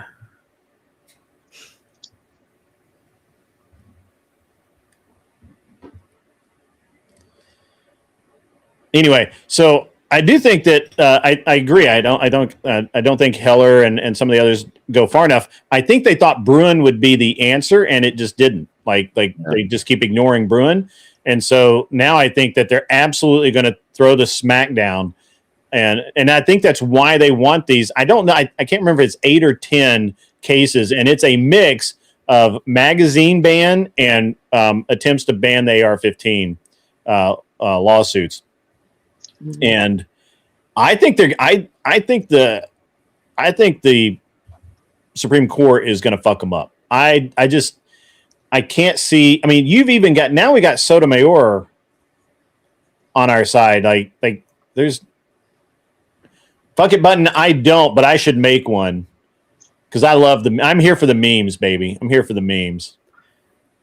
Yes, Bruin was supposed to be the answer to scrutiny. That was where the lower courts were still playing around trying to ignore Heller McDonald. Yes, I agree. That was scrutiny over a person, though, not over a particular specific weapon. Specific weapon.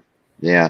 And then when you get into that, even when you get into the specific weapon thing, weapons of war, that sort of thing with like Heller and McDonald, then you get then you start getting into the states issues. So it's messy, you know. Brother, and I mean, Illusion out there understands that. I mean, with all the good info thrown out, I can't even read that, and I don't know that I need to.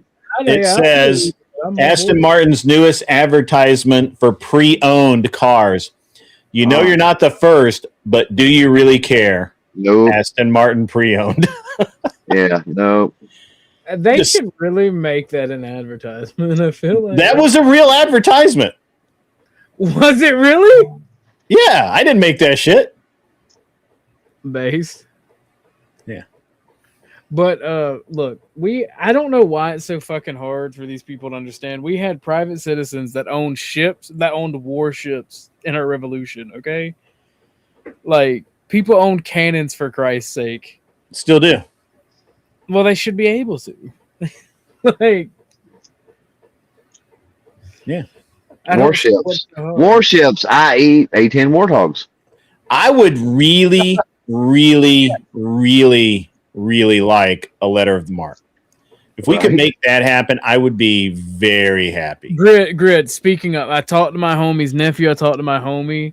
They are on board. Like I said, a 12-gauge shotgun, 2 AR-15s, and a speedboat. And I got you. We got this. We taking over oil rigs, baby. Or not oil rigs, but tankers.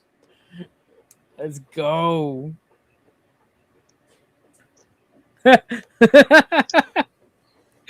All right, that one was like that one's good, but it's like a it's like a Facebook mom joke, really good, right? You know what I'm saying? Mm-hmm. Yeah, I understand. It's like when you run across that really good dad joke, you're like, you know, it's fucking based. Yeah, I got you. Here, this is more your speed. Hey, let's go. Nice.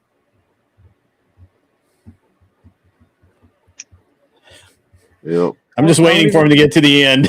No, I already got to the end. I don't fuck with liberal women. Carrying a 1911. She's carrying a 1911 appendix with no belt too. Like what?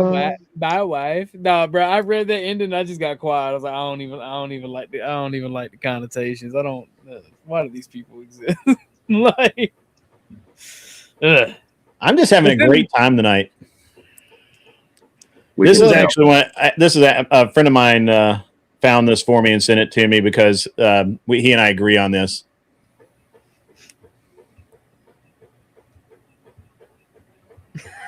Right? No shit. That applies to a lot of stuff, not just Lamborghinis. You know how I know it's true? Because I've never seen a Lamborghini commercial. Right. Yeah. I think I've seen something. I seen the commercial for a Lamborghini one time, but I don't think it was a car commercial. What else do they sell? They used to sell tractors. Maybe that was. Maybe it was a tractor commercial. And that maybe that's one of those Mandela effect things, but I could swear I've seen a Lamborghini. Well, they made a movie. There was a movie a while back, and there was commercials on TV for the movie. Yeah, you probably. That could have been it too. Maybe it was No, something. I feel better about myself. I now have seen the Lamborghini commercial.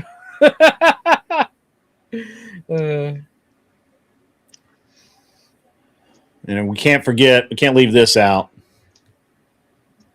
Yes.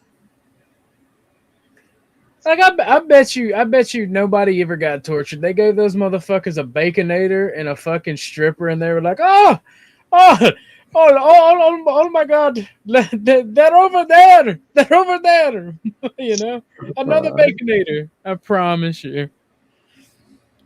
Yeah. Well, would it be like a baconator and a sheep though for them? I mean, let's be honest. Well, the sheep's wearing tassels. You mean liquor gun bacon bits? That's awesome. Hell yeah. I love the strongman boxer memes. Those are fucking great. I'm having a great time with this tonight. I'm like, yeah. No, this one's for this is for our Georgia brethren.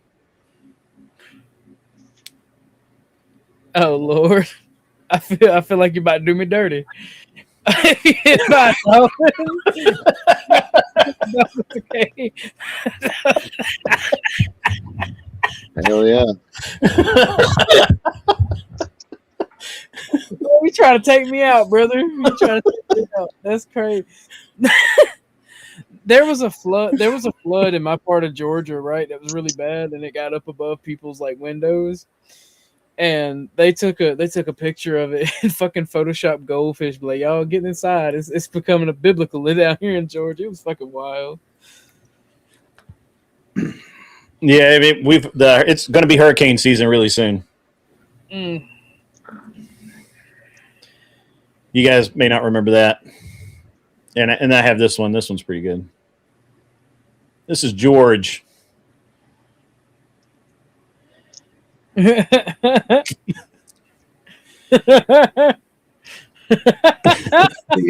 like George, baby. Be like George, gentlemen. Fuck yeah. Yeah. So anyway. Back to gun prattle. Can we gun prattle? I like gun prattle. We got all serious with the 2A, and fucking Illusion out there still serious. Good Lord. Hopefully that dog is. I can't believe I still have this one. Hopefully he's in the fight out there some fucking where is all I'm saying. I mean. I have to keep my mouth. I have to keep my mouth shut. Some memes ain't safe for YouTube, brother. Valid. Yeah, that's valid. I'm just saying that's true. I mean, it's true. It's true. Yeah, it's valid. Yeah.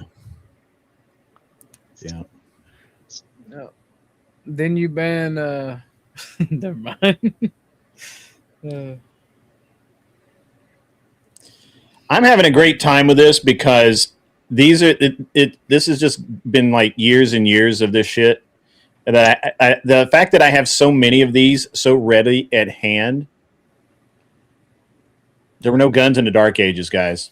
That's why it was so peaceful. Oh shit! Just saying. That's crazy. Just saying. Yeah. Anyway, so what? And we got some gun prattle. Got a gun prattle meme here. This is. I hope nobody feels personally attacked by this. Yeah. Right. Nice. Nice. Yeah, I hope none of you guys feel personally attacked, but you suck. You suck. You suck. Leave the range. Leave the fucking range, dude. Don't feel personally attacked. They're just memes, folks. They're just not gonna hurt you. That's awesome. The memes aren't going to hurt you. The meme in question. Yeah.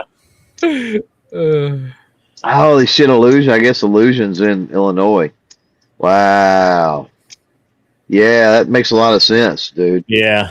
Y'all have major fights there. Good I have Lord. a real-time picture of OG from last night. Hey, whoa! I don't. Oh, it's a trash panda. Right? Look, I am offended. All right, I am a Mordello man. I don't drink Anheuser. All right, I like based on Mordello. Real-time imagery, fellas. Real-time imagery. Brother. All right, you know what? I have to say, fuck ice. They're gonna take my Mordello back. You know, I just realized I am now in yeah. Yep. Yeah. Himza, what is up? Himza says, I had to pop in here. A local mom group bitching about mandatory firearms lessons for next year. Over 100 moms clap back. This is a great move, and if it's the problem. So I don't know if you guys know this. I think I've talked about it with Clover before, but I don't know if he actually remembers. But here in Tennessee, the great state of Tennessee, we second only to Texas, by the way. yeah, Texas wouldn't exist without Tennessee. So Okay. you're welcome. And so here's the thing. All I'm saying is and we got something for all the guys from Texas. So the there's a in Tennessee, I believe I believe it started this school year. It might not be fully rolled out until next school year, but by law, every public school has to have, as part of its curriculum, firearms education starting in kindergarten and going through high school every year, and there's no opting out of it. You cannot say, I don't believe in guns, and therefore you can't teach my kid about guns. You can't do that because it's a health and safety issue and all that kind of nonsense. Bastard. Yeah, I don't know that I agree with that, but I know we've already had that, and it's not administered, and it's under control of TWRA, who actually have access to the ranges and the equipment. It's not being done by the schools. It's not being done by the science teacher or whoever. It's we actually have really people. So, really good people. So they can bring police in and have a talk, and they can bring firemen in and do stop, drop, and roll. They can bring people in and do gun safety. Like, let's be honest. Yeah, and you can't opt out of it. And again, I'm pretty consistent on that because regardless of what the issue would be, I would say I'm not super comfortable with that part of it, but that's the thing. The statist and the statist in me loves that part, that you can't opt out of it. It's your civic duty. Do it. It's great. Well, it's a health and safety issue. It's a health and safety issue. So, and education beats everything else. Yes. So, yeah. Well, it being a fundamental right guaranteed by the Constitution, that would be the comfort that helps me sleep at night, knowing that it was mandatory, right? It teaches you your rights, and I can live with it because of that, but it's still it makes me uncomfortable when I hear government and mandatory. Yeah, I get it. That one's for OG. No, I agree with y'all on this. Fuck those California gas cans, all right? Dude, I have seen the light. I've been to the top of the mountain, fuckers. Those little kits you get that convert those fucking things over. Oh, they're so beautiful. They're wonderful, aren't they? I keep those fuckers around here. You shouldn't have to buy a kit. I agree with you 100%, but this is the world we fucking live in, unfortunately. In my state, this wouldn't be allowed. Whoever did this would be summarily executed as a high treason against the people. Oh yeah, here too. It's such a wonderful thing to get back to OG gas cans, though. Oh my god, wouldn't it be awesome? It'd be so good. Right now, China's making a bunch of money right now on the conversion kits, though. I'll tell you that much. Oh yeah. Well, actually, last ones I bought were made like in Milwaukee or somewhere, like some plastics molding company. Oh yeah, they may be. They're probably pretty easy to. They're just injection molded. They're probably pretty easy to do. Okay. No, I forgot to blow this one up. Hang on.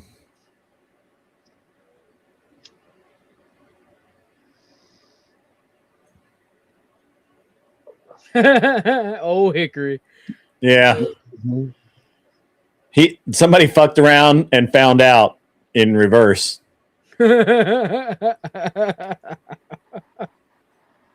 So, yeah. Now that president was a beast. Yeah, he was. There are very specific things that I disagree with him about, but you cannot you can't stress enough how absolute fucking brutal he was. He gave the absolute least fucks of any president ever. That's the truth. He killed the bank and threw the best kegger on the White House lawn ever, okay? Yes. The Chad. Right. Yeah. Yeah, that's true. Yeah, he was you just can't get yeah. He is the definition of American. You look it up in the dictionary, you see him. Yeah, you're not wrong. So this one's really good.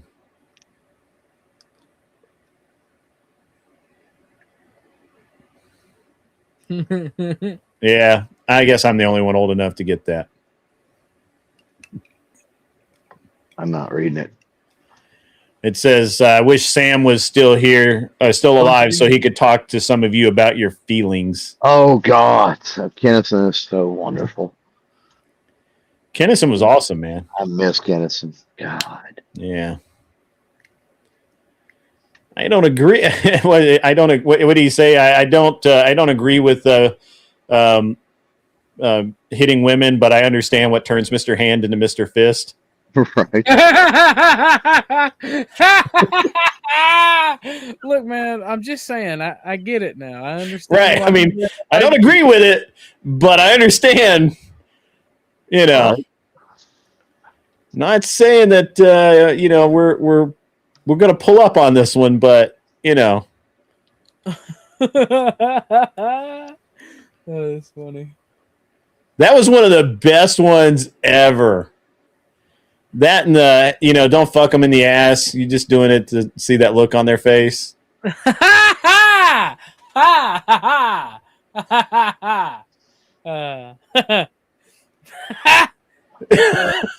okay? That face is great, though.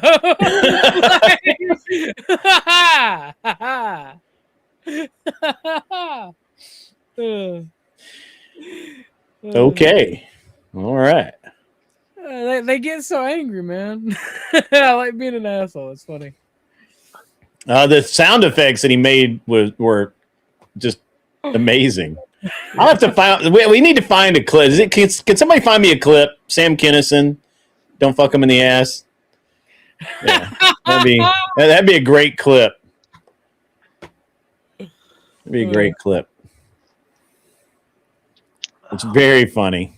Fucking crazy. He was. You know what? It's a shame that you realistically can't have this level or that level of comedy anymore. Yeah, him, Carlin, Yeah, Carlin was really good. Oh wait, too big. Yeah. relatable to the last talking point. There we go. Oh, wait. Here we go. Joe Rogan. Poor people are fat today. Think about that shit. That's one of my favorite things to throw in lefties' faces. Right. Poor people. Sam made Andrew Dice Clay look like the warm-up act. Like he's funny, but he's not that funny. Right. I gotta find a clip of that. That hits home. I got you've intrigued me on that. I gotta find out what he says. Oh, it's hilarious, man. Himza says Sam was funny. And Himza, if you'd like to come up, I'll drop you the link. I sent her the link. Oh, you sent her the link? Okay. Yeah, I was gonna say.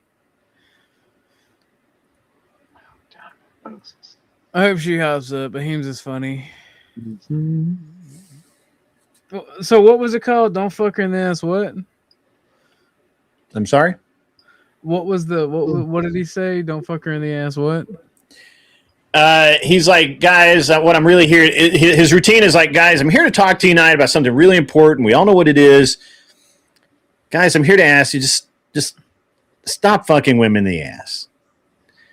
We don't really enjoy it. We only do it to see that look on their face, you know. And what was his name? Sam Kinison. Kinison. Kinison.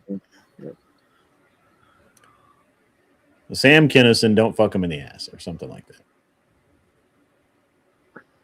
It's a great routine. If you find it, we'll play it. Hang on. Wait, let me look for it too. Yeah.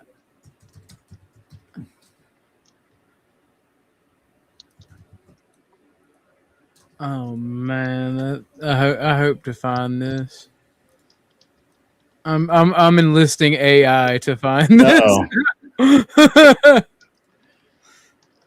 It's on the No Cure for Cancer. Right? No, wait. Is it No Cure for Cancer? That was Dennis Leary. Sam Kinison. Fuck. I forget what it was.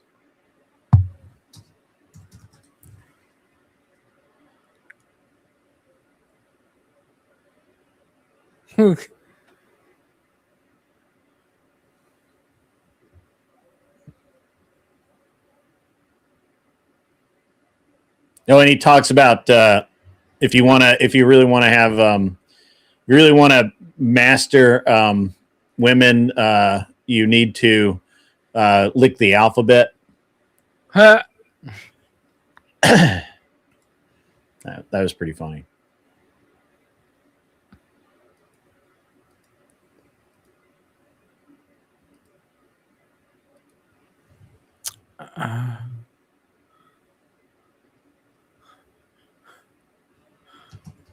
Oh Lord, I can't find it.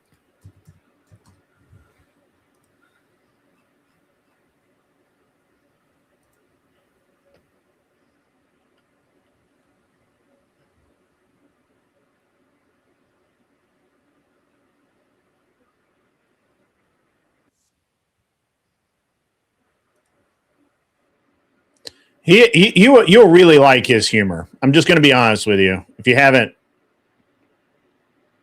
done that, if you haven't heard him before, you're going to really like it. Oh yeah, I'm looking up, dude. I'm listening through a few, jumping through, and he's fucking making me laugh my ass off already.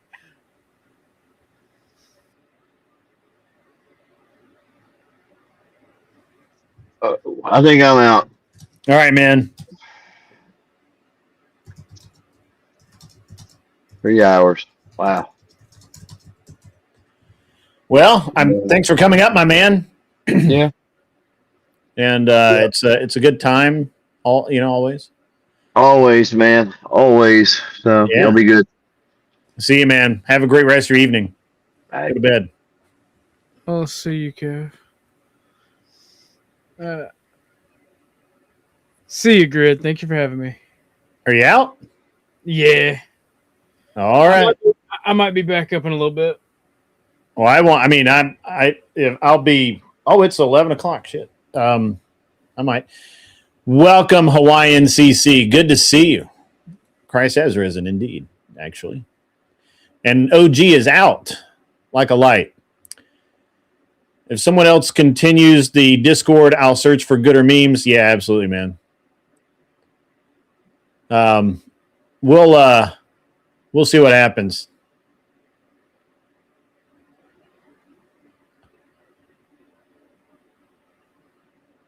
Yeah, Sam Kinison was hilarious.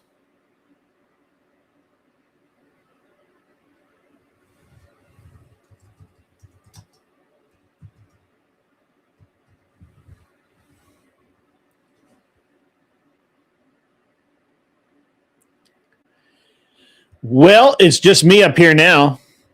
Ahimsa, if you would like to come up, that'd be awesome. If not, that's fine too. If anybody else would like to come up, just let me know. We've been having some fun tonight with memes and whatnot. Apparently, no, he never saw Back to School. But I'm old, so you know. Yeah, it's really. I really enjoyed Sam Kinison. He was really good. I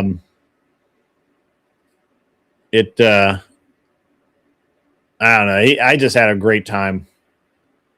So.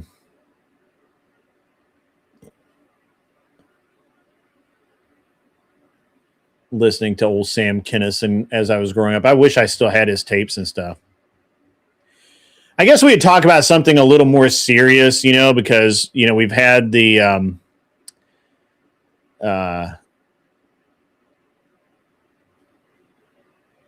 we've had a pretty good show tonight. We had all the memes. We were talking to people about various things. The upsetty spaghetti guy. I don't know if he's still here, but he's probably still upsetty that I got raided by Sarah for some reason. I'm not really sure why. Yeah, that was awesome. That was awesome. Back to school.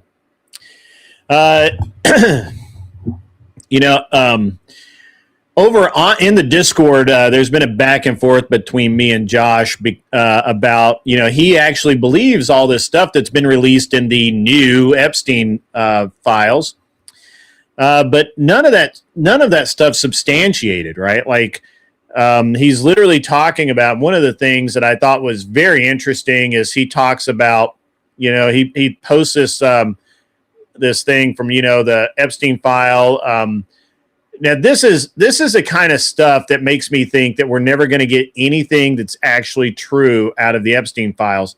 And that is when they're talking about the Epstein files and things like this. And I'm going to read you this and try really hard not to choke on your tongue while you're laughing. Donald Trump, the president, had parties at Mar-a-Lago called Calendar Girls. Jeffrey Epstein would bring the children in and Trump would auction them off. He measured the children's vulva and the JJ by entering a finger and rated the children on tightness. The guests were elder men and included Elon Musk, Don Jr., Trump, Ivanka Trump, and Eric Trump were there. Attorney Alan Dershowitz was also there with attorney Bob Shapiro. We were taken in rooms, forced to give oral to DJT, forced to allow them to penetrate us. I was 13 years old, blah, blah, blah. That's fucking impossible. It's literally impossible. Trump and Musk weren't hanging out at Mar-a-Lago, and Epstein was banned from Mar-a-Lago in this time frame. This is insane that people can't simply do math or just visualize a timeline in their head. Like, how are people stupid enough to believe this just off the cuff? Because trust me, bro, it's the truth. It's written right here. Now, it could be an investigative theory. It could be some, investigator's notes or wild ass guess. But Trump, Elon, Epstein at Mar-a-Lago at the same time? The math don't math, bro. The math don't math.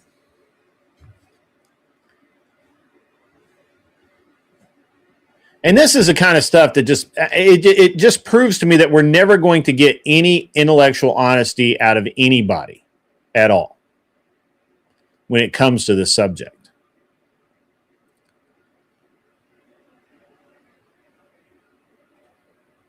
It's just insane. It's absolutely insane.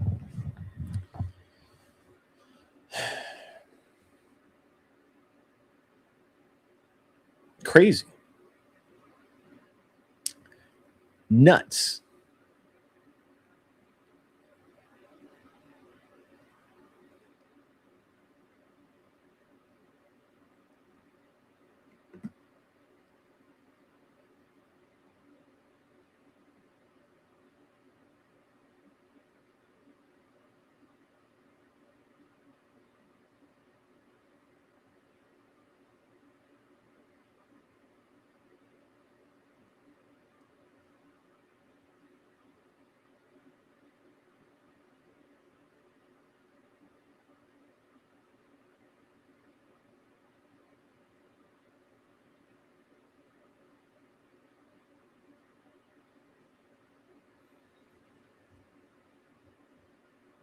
Sorry, guys. I got distracted for a second. I apologize.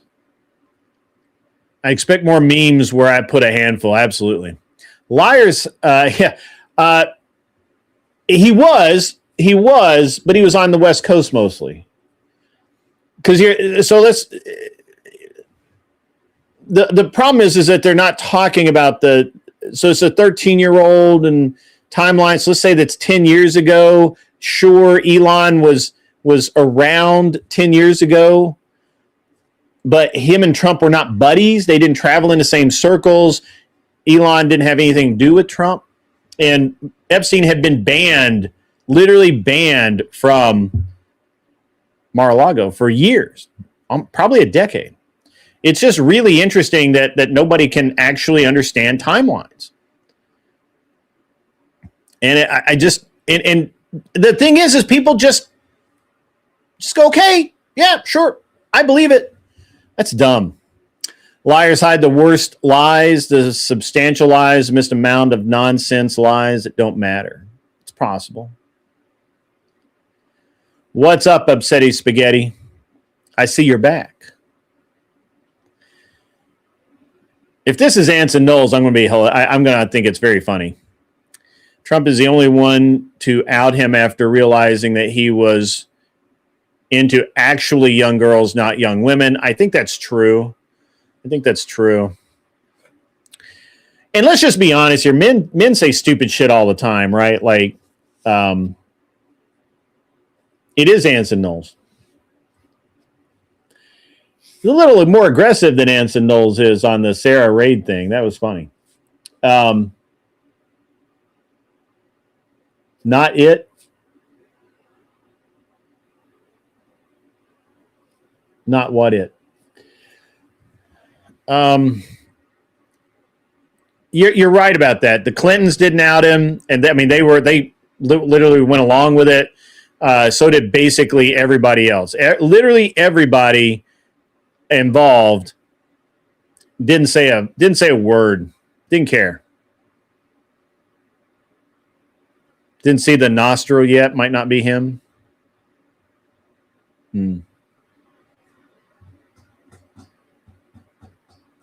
Keep that Mar-a-Lago band talk alive. Trust the dude who cheated on all his wives, owned the pageants and modeling agencies. Yeah, he did. He owned those. Give up and admit you bow down to a PDF con man. How about you just give up and admit that you guys have to make shit up? Literally, you're making shit up. Literally making shit up. Gave her the 10th degree. Hold on. You were watching Abe. Guess who was on there? Kat. Remember her? I do remember Kat. Kat's occasionally here. Gave her the 10th degrees. Was fun on Timcast tonight. Watch party. Okay.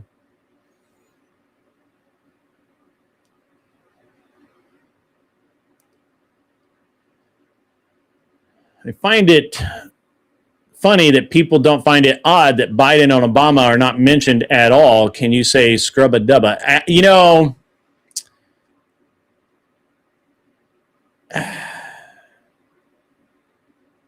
so I've heard a couple of different theories on this.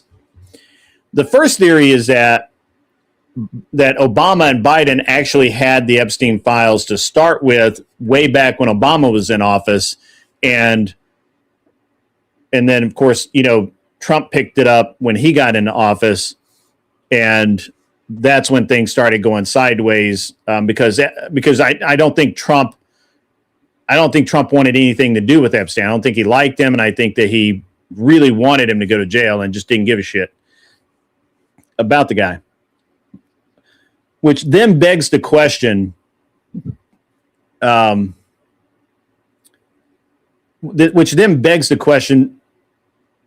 why didn't Biden out all of this stuff when he was in office? Right? Like, everybody was screaming for Trump to do it when he was in office, and he was saying, "Hey, we're investigating this. You know, there's a ton of stuff here, whatever, blah blah blah." Biden gets in office, and nobody gives a shit. Why didn't Biden do that? And this people like Cyborg there is just completely silent on that. Completely silent. Because they know the truth, right? Why would he out his friends? True. Yeah, for sure.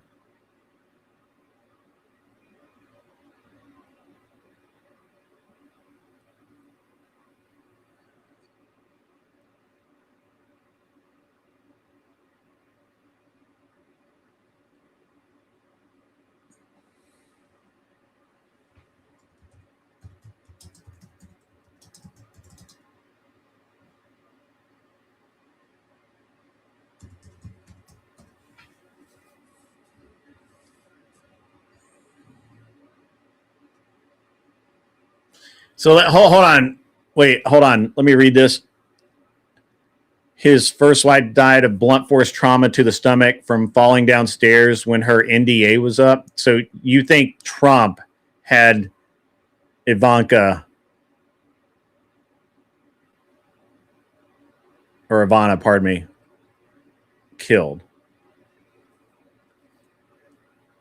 Seriously? This is how I know that you guys are insane. This is how I literally know that you are insane.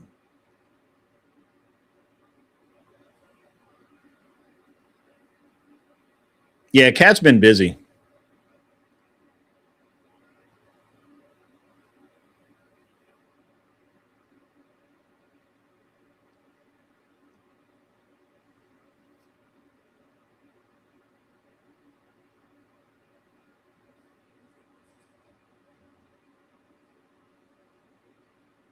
I think you're the cuck. I think you suck Biden's dick.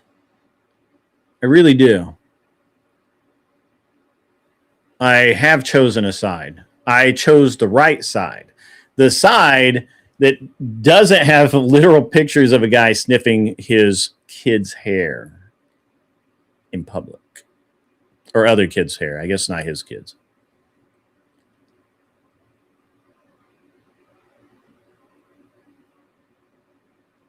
You chose literal pedos. Clinton is in there. Like, and he's actually in there. We know that. Bear Stearns was Jeffrey's stomping grounds, and they don't want anyone to look at the crash from 2008 that paved the way for Obama to sign. Maybe. It might be. I know people that work there, though, and they know what was going on.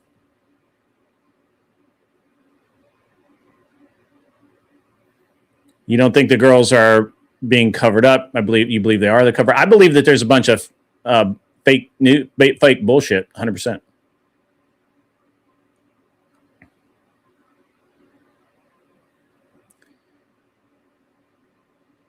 ask myself how anyone hurts themselves falling downstairs. Not a head injury, no broken arms. So you don't think that if you hit a railing with your gut that you might die of a stomach injury?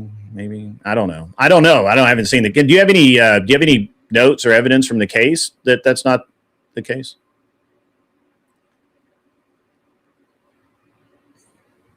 Oh, dick and balls. I got you. And why should we not focus on reality? It's true.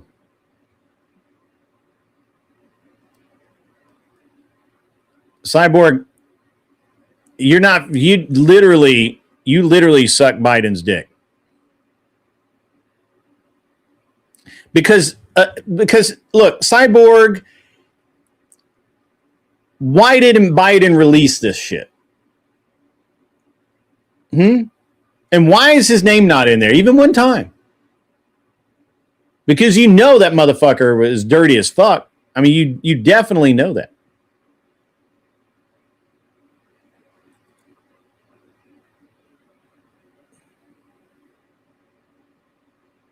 Sorry, guys, I'm distracted momentarily.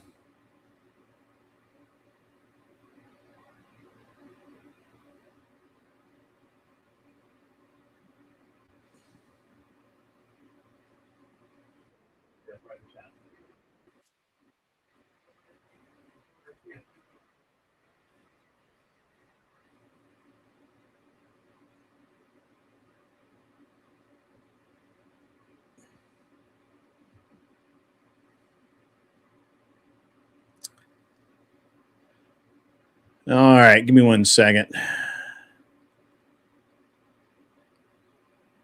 Apologies. I'm not watching the chat at the moment. Give me 1 second. Apologies. I know I'm ignoring you guys, but you know, I do that from time to time. I'm trying to find something. I cannot find it.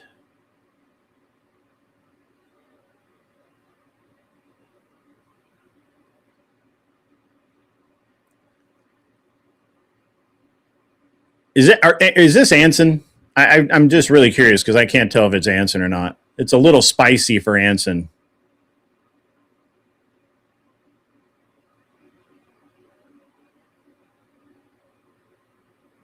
This is, that is interesting. Why did none of you fuckers on the left or center gave a shit, not even one little shit, about the Epstein files until Trump got back in office? It's so weird.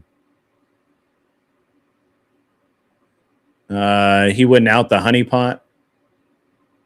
Oh, yeah, it's all Israel, right? Yeah, okay. All Israel. All Israel. Yeah. Fucking Israel, man. God. So bad. Just terrible. I couldn't find what I was looking for. I apologize.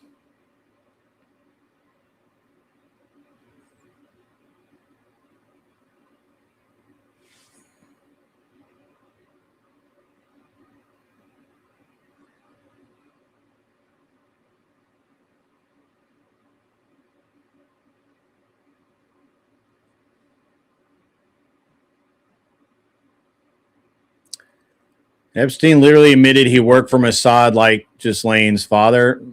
So what?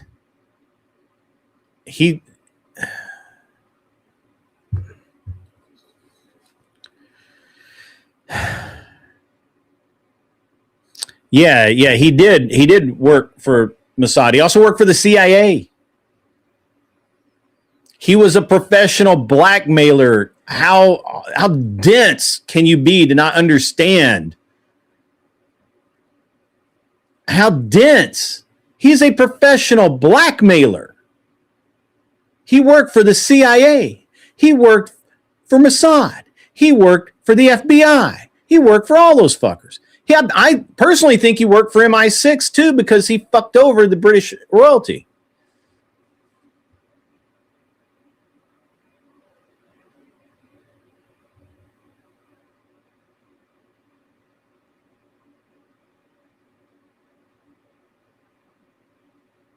Is this Anson? I can't tell if this is Anson or not.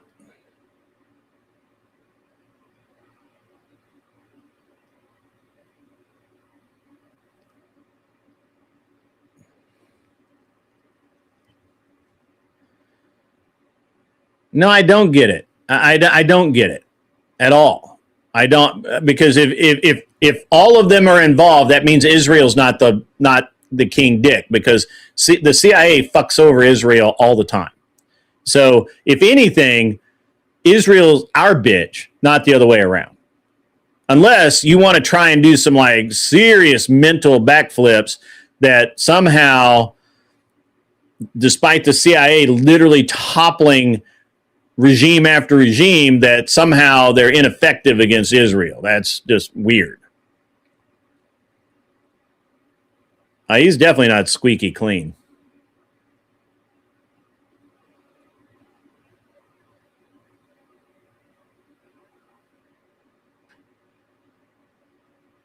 I think the Dems are worse, actually.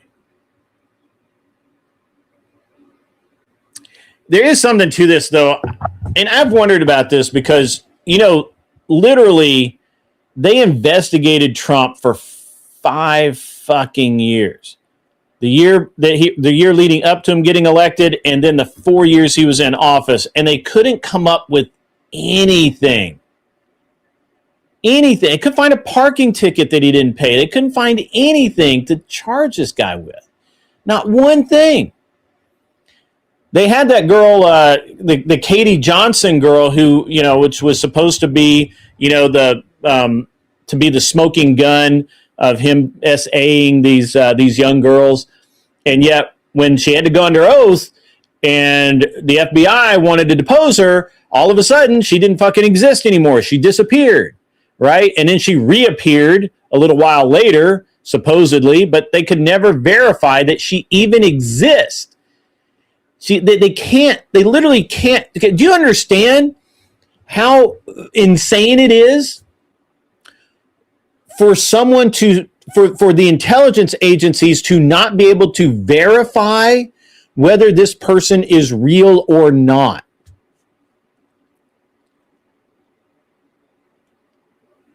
You sent $5?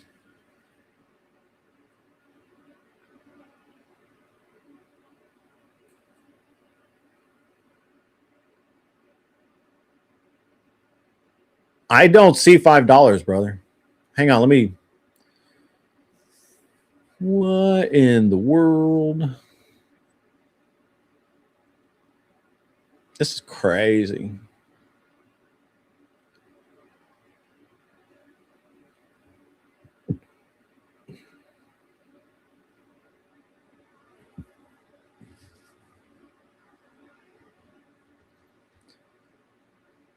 What I find amazing is, yeah, you did. You sent, yeah, I see. It didn't show up on my screen, but yeah, he sent, Upsetty Spaghetti sent $5 saying, how's it going?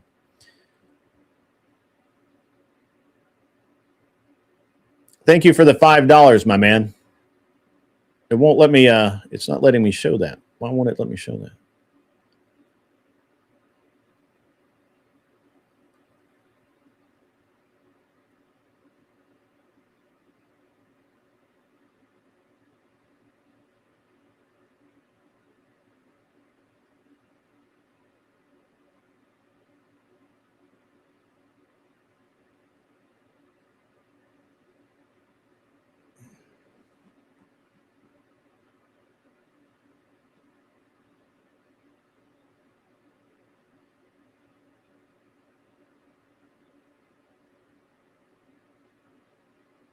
Why is this not, it's not showing up in my feed? I have to open up the other. That is so weird.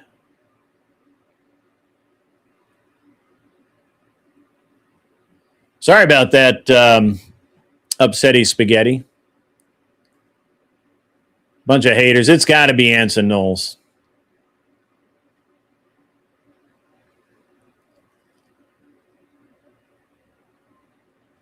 I know, it's got to be Anson Knowles. Been my fan. Yeah.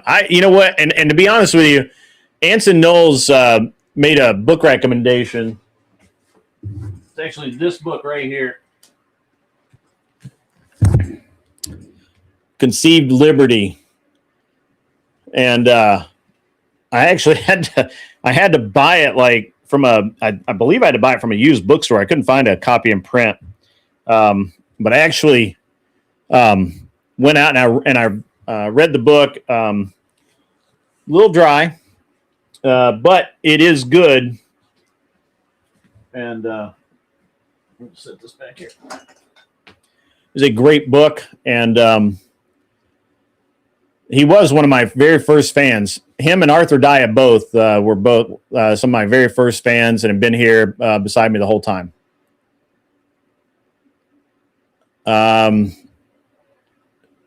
New phone, who dis? What's up?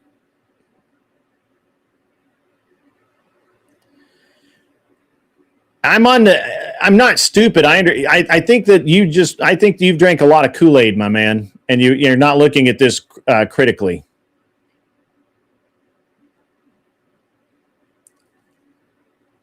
You know who that is, and you're not him. And you've been my fan as long as he has, then. Well, shoot me a message on Discord. Tell me who you are, man. You live in San Francisco? I used to live in San Francisco.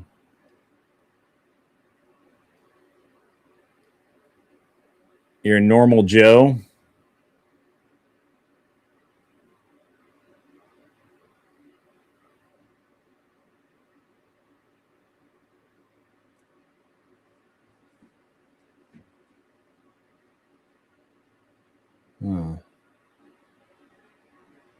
Send me a message on Discord. Tell me who you are, because I'm very curious now.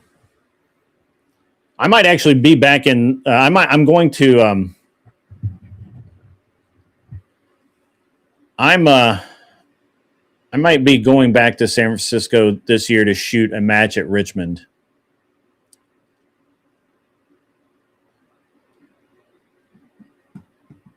And now the FBI is on it, probably because I have a lot of California friends and I don't like the lefties. Solid. Epstein was laundering loot for all of the world's intel agencies, financial fixer. There's some truth to that, for sure. 100%. No. Crazy.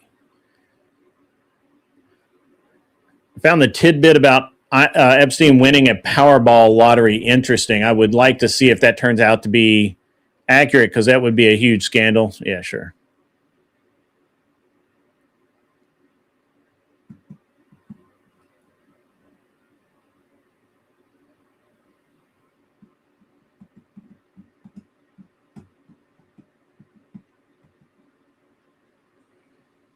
Your Crucible 100?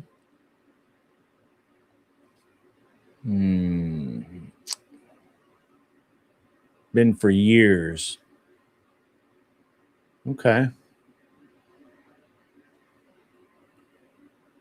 I feel like I should know exactly who you are, but I'm drawing a blank.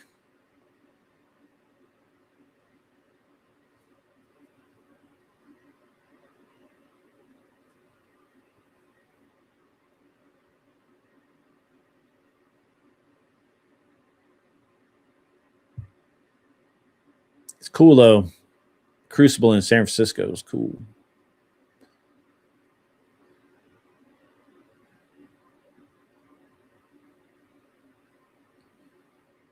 Yeah, I know he was. I've got to catch up on a lot of watching. I've been busy with a bunch of stuff lately.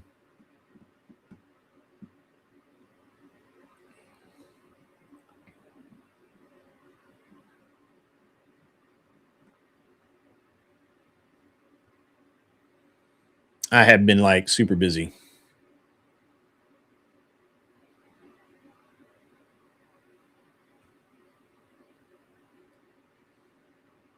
Well, I definitely want it public.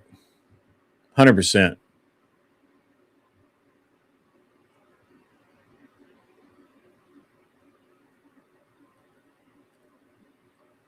Clinton should have dropped the hammer, but he didn't. Yeah, 100%.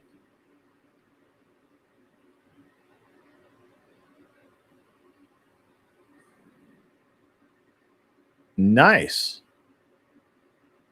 I like super chats. Spent like $60 super chats. Nice. Really appreciate that. I appreciate all the support. I find the Benghazi arrest happening right now great timing. It's interesting timing for sure.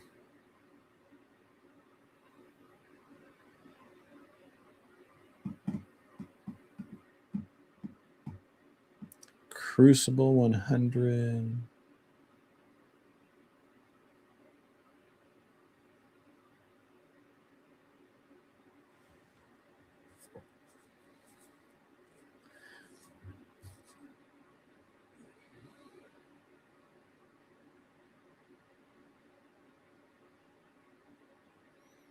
Now I got to go to the Crucible.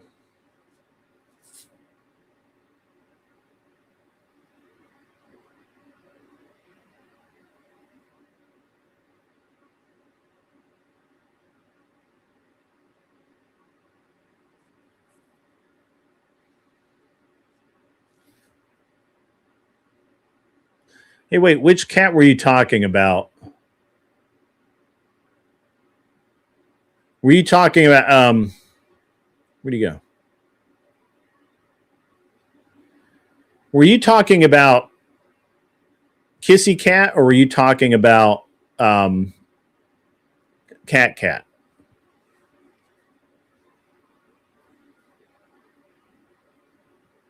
What's dangerous? Hillary ran guns to Libyans. Obama ran guns to Mexico. What are you going to do?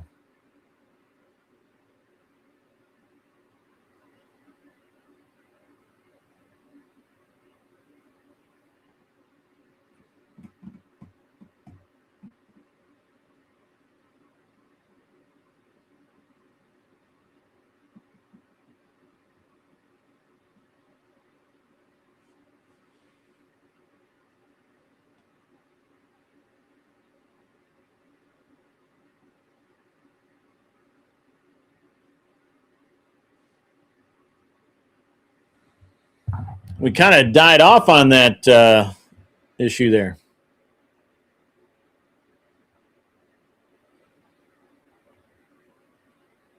Yeah, Cat's cool. That's why I actually thought you were talking about. I thought that's one of the biggest reasons I thought you were Anson. Yeah, Cat definitely has a sheep farm, and Cat's awesome.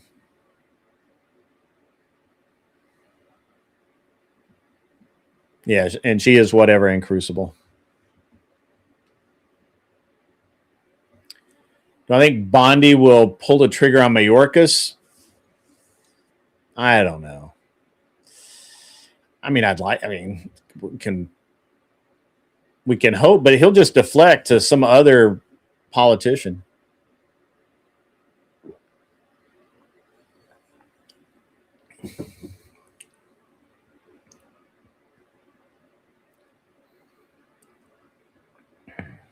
I've got to get up and go shoot tomorrow, guys. So I'm gonna in a few minutes, I guess. I'm going to be shooting at the Glock store in Nashville. Cat is everyone base dude's fantasy. You are right. Prove me wrong.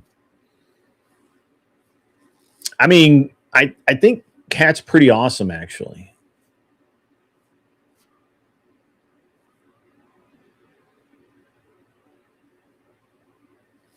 I think Cat's pretty awesome. I'm going to be at the Glock store tomorrow. I will shoot it around 12:30 or so. And if you happen to be in the area and you want to shoot a match, come hang out with me. I think there's still some slots open. Maybe not. I don't know. But I will be there and shooting a match, recording, doing a bunch of cool stuff. It is a PCSL match, so it'll be pistol and rifle. So it's good times. You're banned.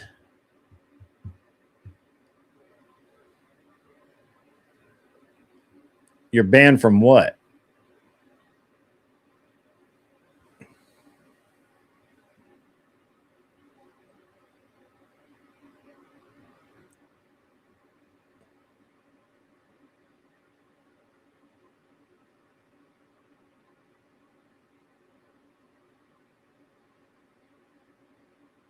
I don't think I have anybody banned on Discord.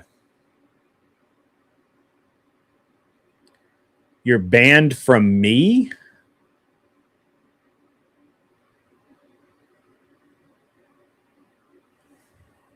I didn't ban you. What's your other username?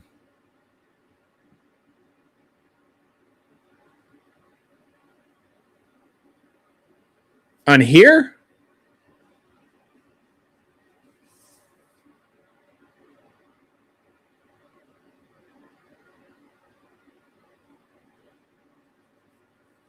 I don't think we've got anybody banned on Discord, but I could be wrong.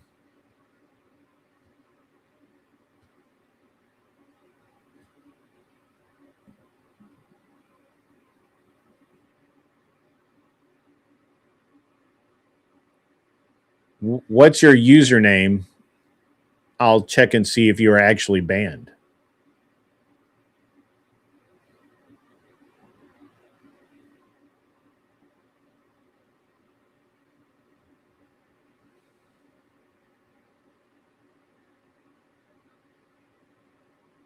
What am I pushing? I don't think I'm pushing anything.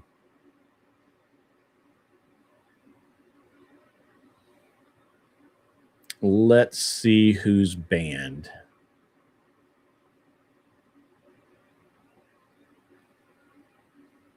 Let's see. I'm on the right account. Let's go.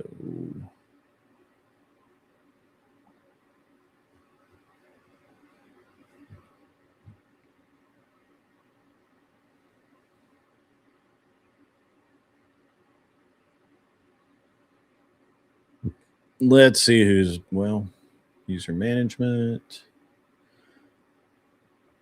Let's see who is who's banned. Kim Before the Storm is banned. Doesn't really like me that much. Let's see.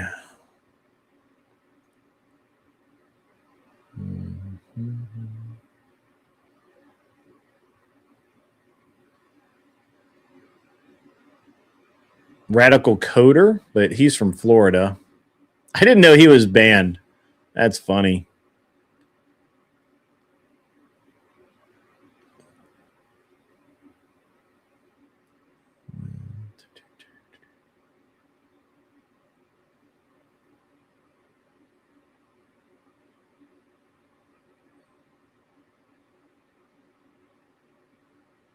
Imperius is banned.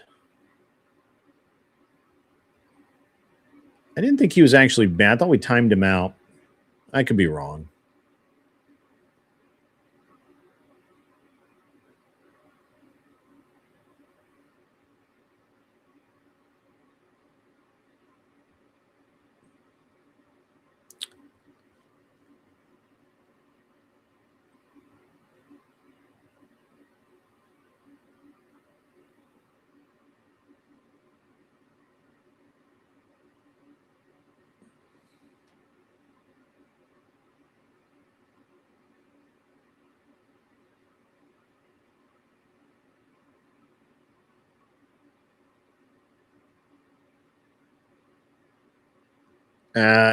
Yeah, I don't show you as banned.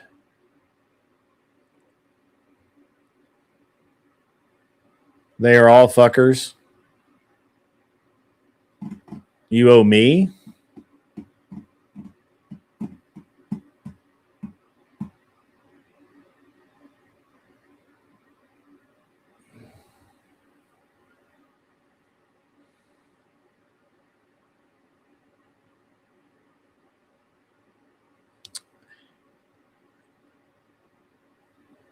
Is it Cosmic Fox? I don't think Mel is banned. We just don't let her up, and she doesn't come here, or he doesn't come here, I guess. There are only two like real usernames banned, and that's Jack and Imperious, and or I guess three, and Kim Before the Storm.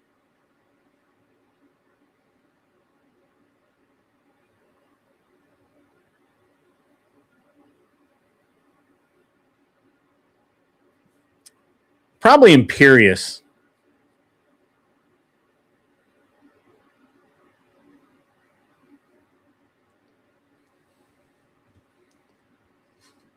He would be the only one. Should we unban Imperious?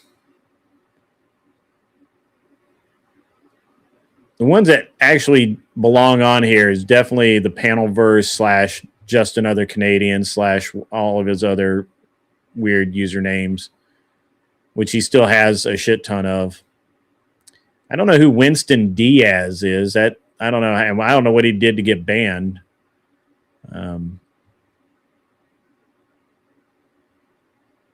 It's got to be Imperious. But I thought he hated the Crucible and hated Andrew.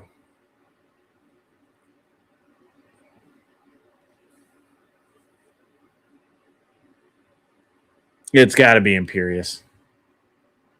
I didn't realize that Imperious was banned. I wonder who did that.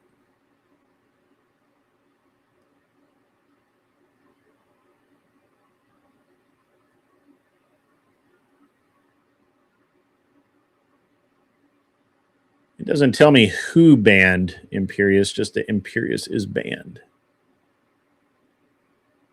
That's not Imperious?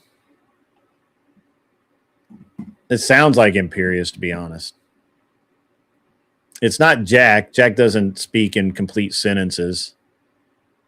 And it's not Radical Coper, because he's from Florida, not California, not the Bay Area.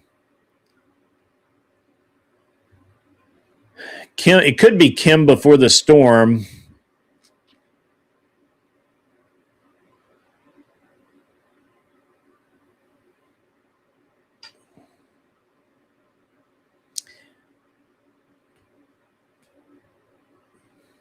It's a very short ban list. It's very interesting. I thought we had way more than that. Yeah, that's true. That's true. I got to go to bed. So if it is Imperious and he wants to be unbanned, which I don't remember banning him. Maybe he pissed off Naomi or something and she banned his ass. But if it is Imperious, make yourself known, and we'll look at unbanning you. Maybe I'll have to figure out who banned you first. Raging Patriot, did you ban him, or did who? Do you know who banned him? Who banned Imperious? I'm pretty sure Mike Ball banned Radical Coper. I'm like 90% sure.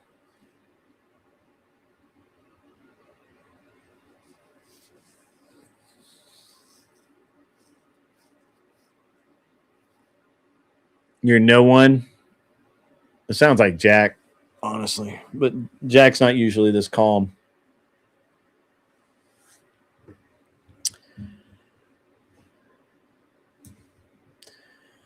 Upsetty Spaghetti, if you were Imperious or Radical Coper or Jack, you need to let me know. But it can't be Jack, because Jack's from Canada land, so obviously not Jack. The only person I think it actually could be is Imperious, even though he's supposedly from Florida. Maybe he's in...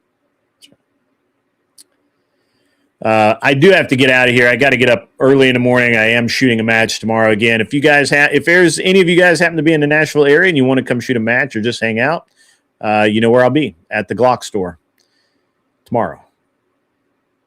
So come by, shoot a match, hang out. Ahimsa, good to see you back in the chat. And to everybody else, I really appreciate it. Really appreciate everybody hanging out. It's been a pretty good show. Could have been a little better, but that's all right. You have friends there, Marine friends, yo.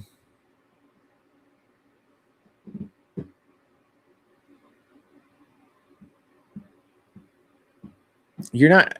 I don't think you're banned. I mean, I can't think of it. It's got to be. It's got to be Imperious. There's nobody else. This Beaten Cheeks isn't banned because I like Beaten Cheeks. We wouldn't do that. Look at the ban list again. There's no. That's it. We get Tarot Destroyer. I think that's a fake name. Bog McBob. That's a fake name. Bears fan. Fake name.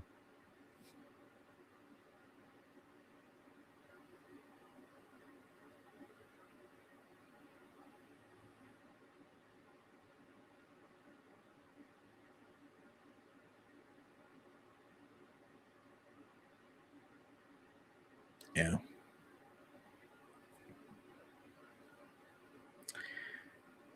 Yeah, you can tell me a story really quickly, Upsetty Spaghetti, if you're Imperious. Imperious is kind of super annoying. Yeah. Hope you have a great one too, Ahimsa. Yeah, I don't know who banned Imperious, but they probably had a reason for it.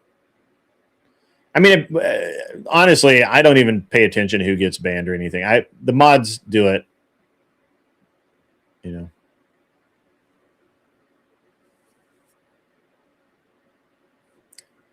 The mods do it. I don't.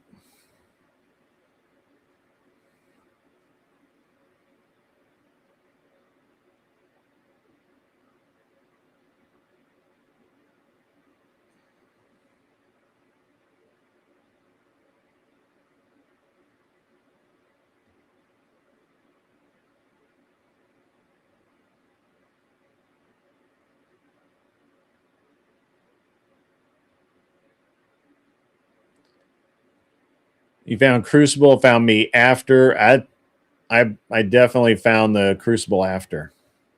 I am based now. I've been based the whole time, as far as I know.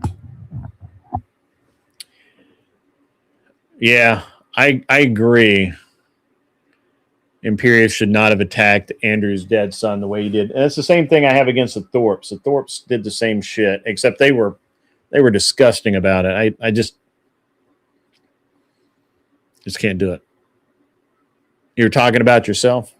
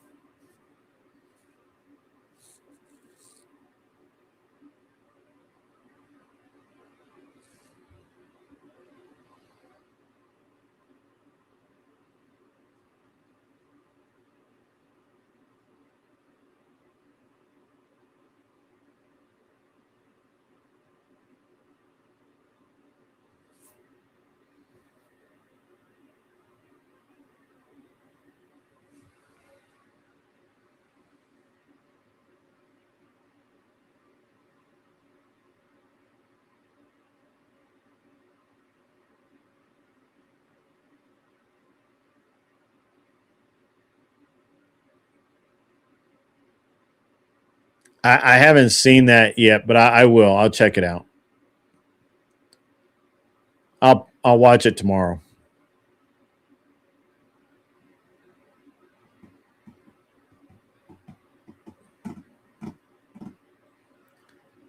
At the Chatter King. Now that sounds like something Imperius would come in under.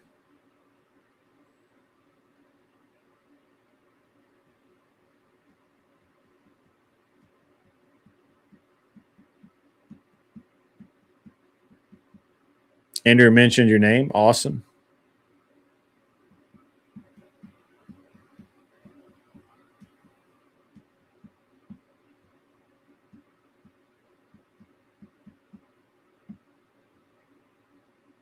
That sounds like Imperious right there.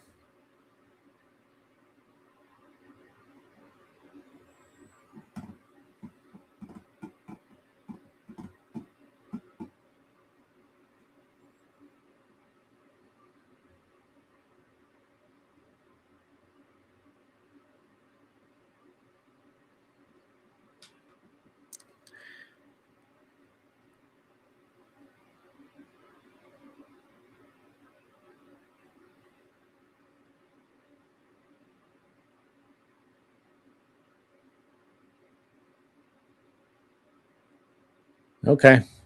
Well, Upsetty Spaghetti, Imp is the Chatter King says Imp is gay.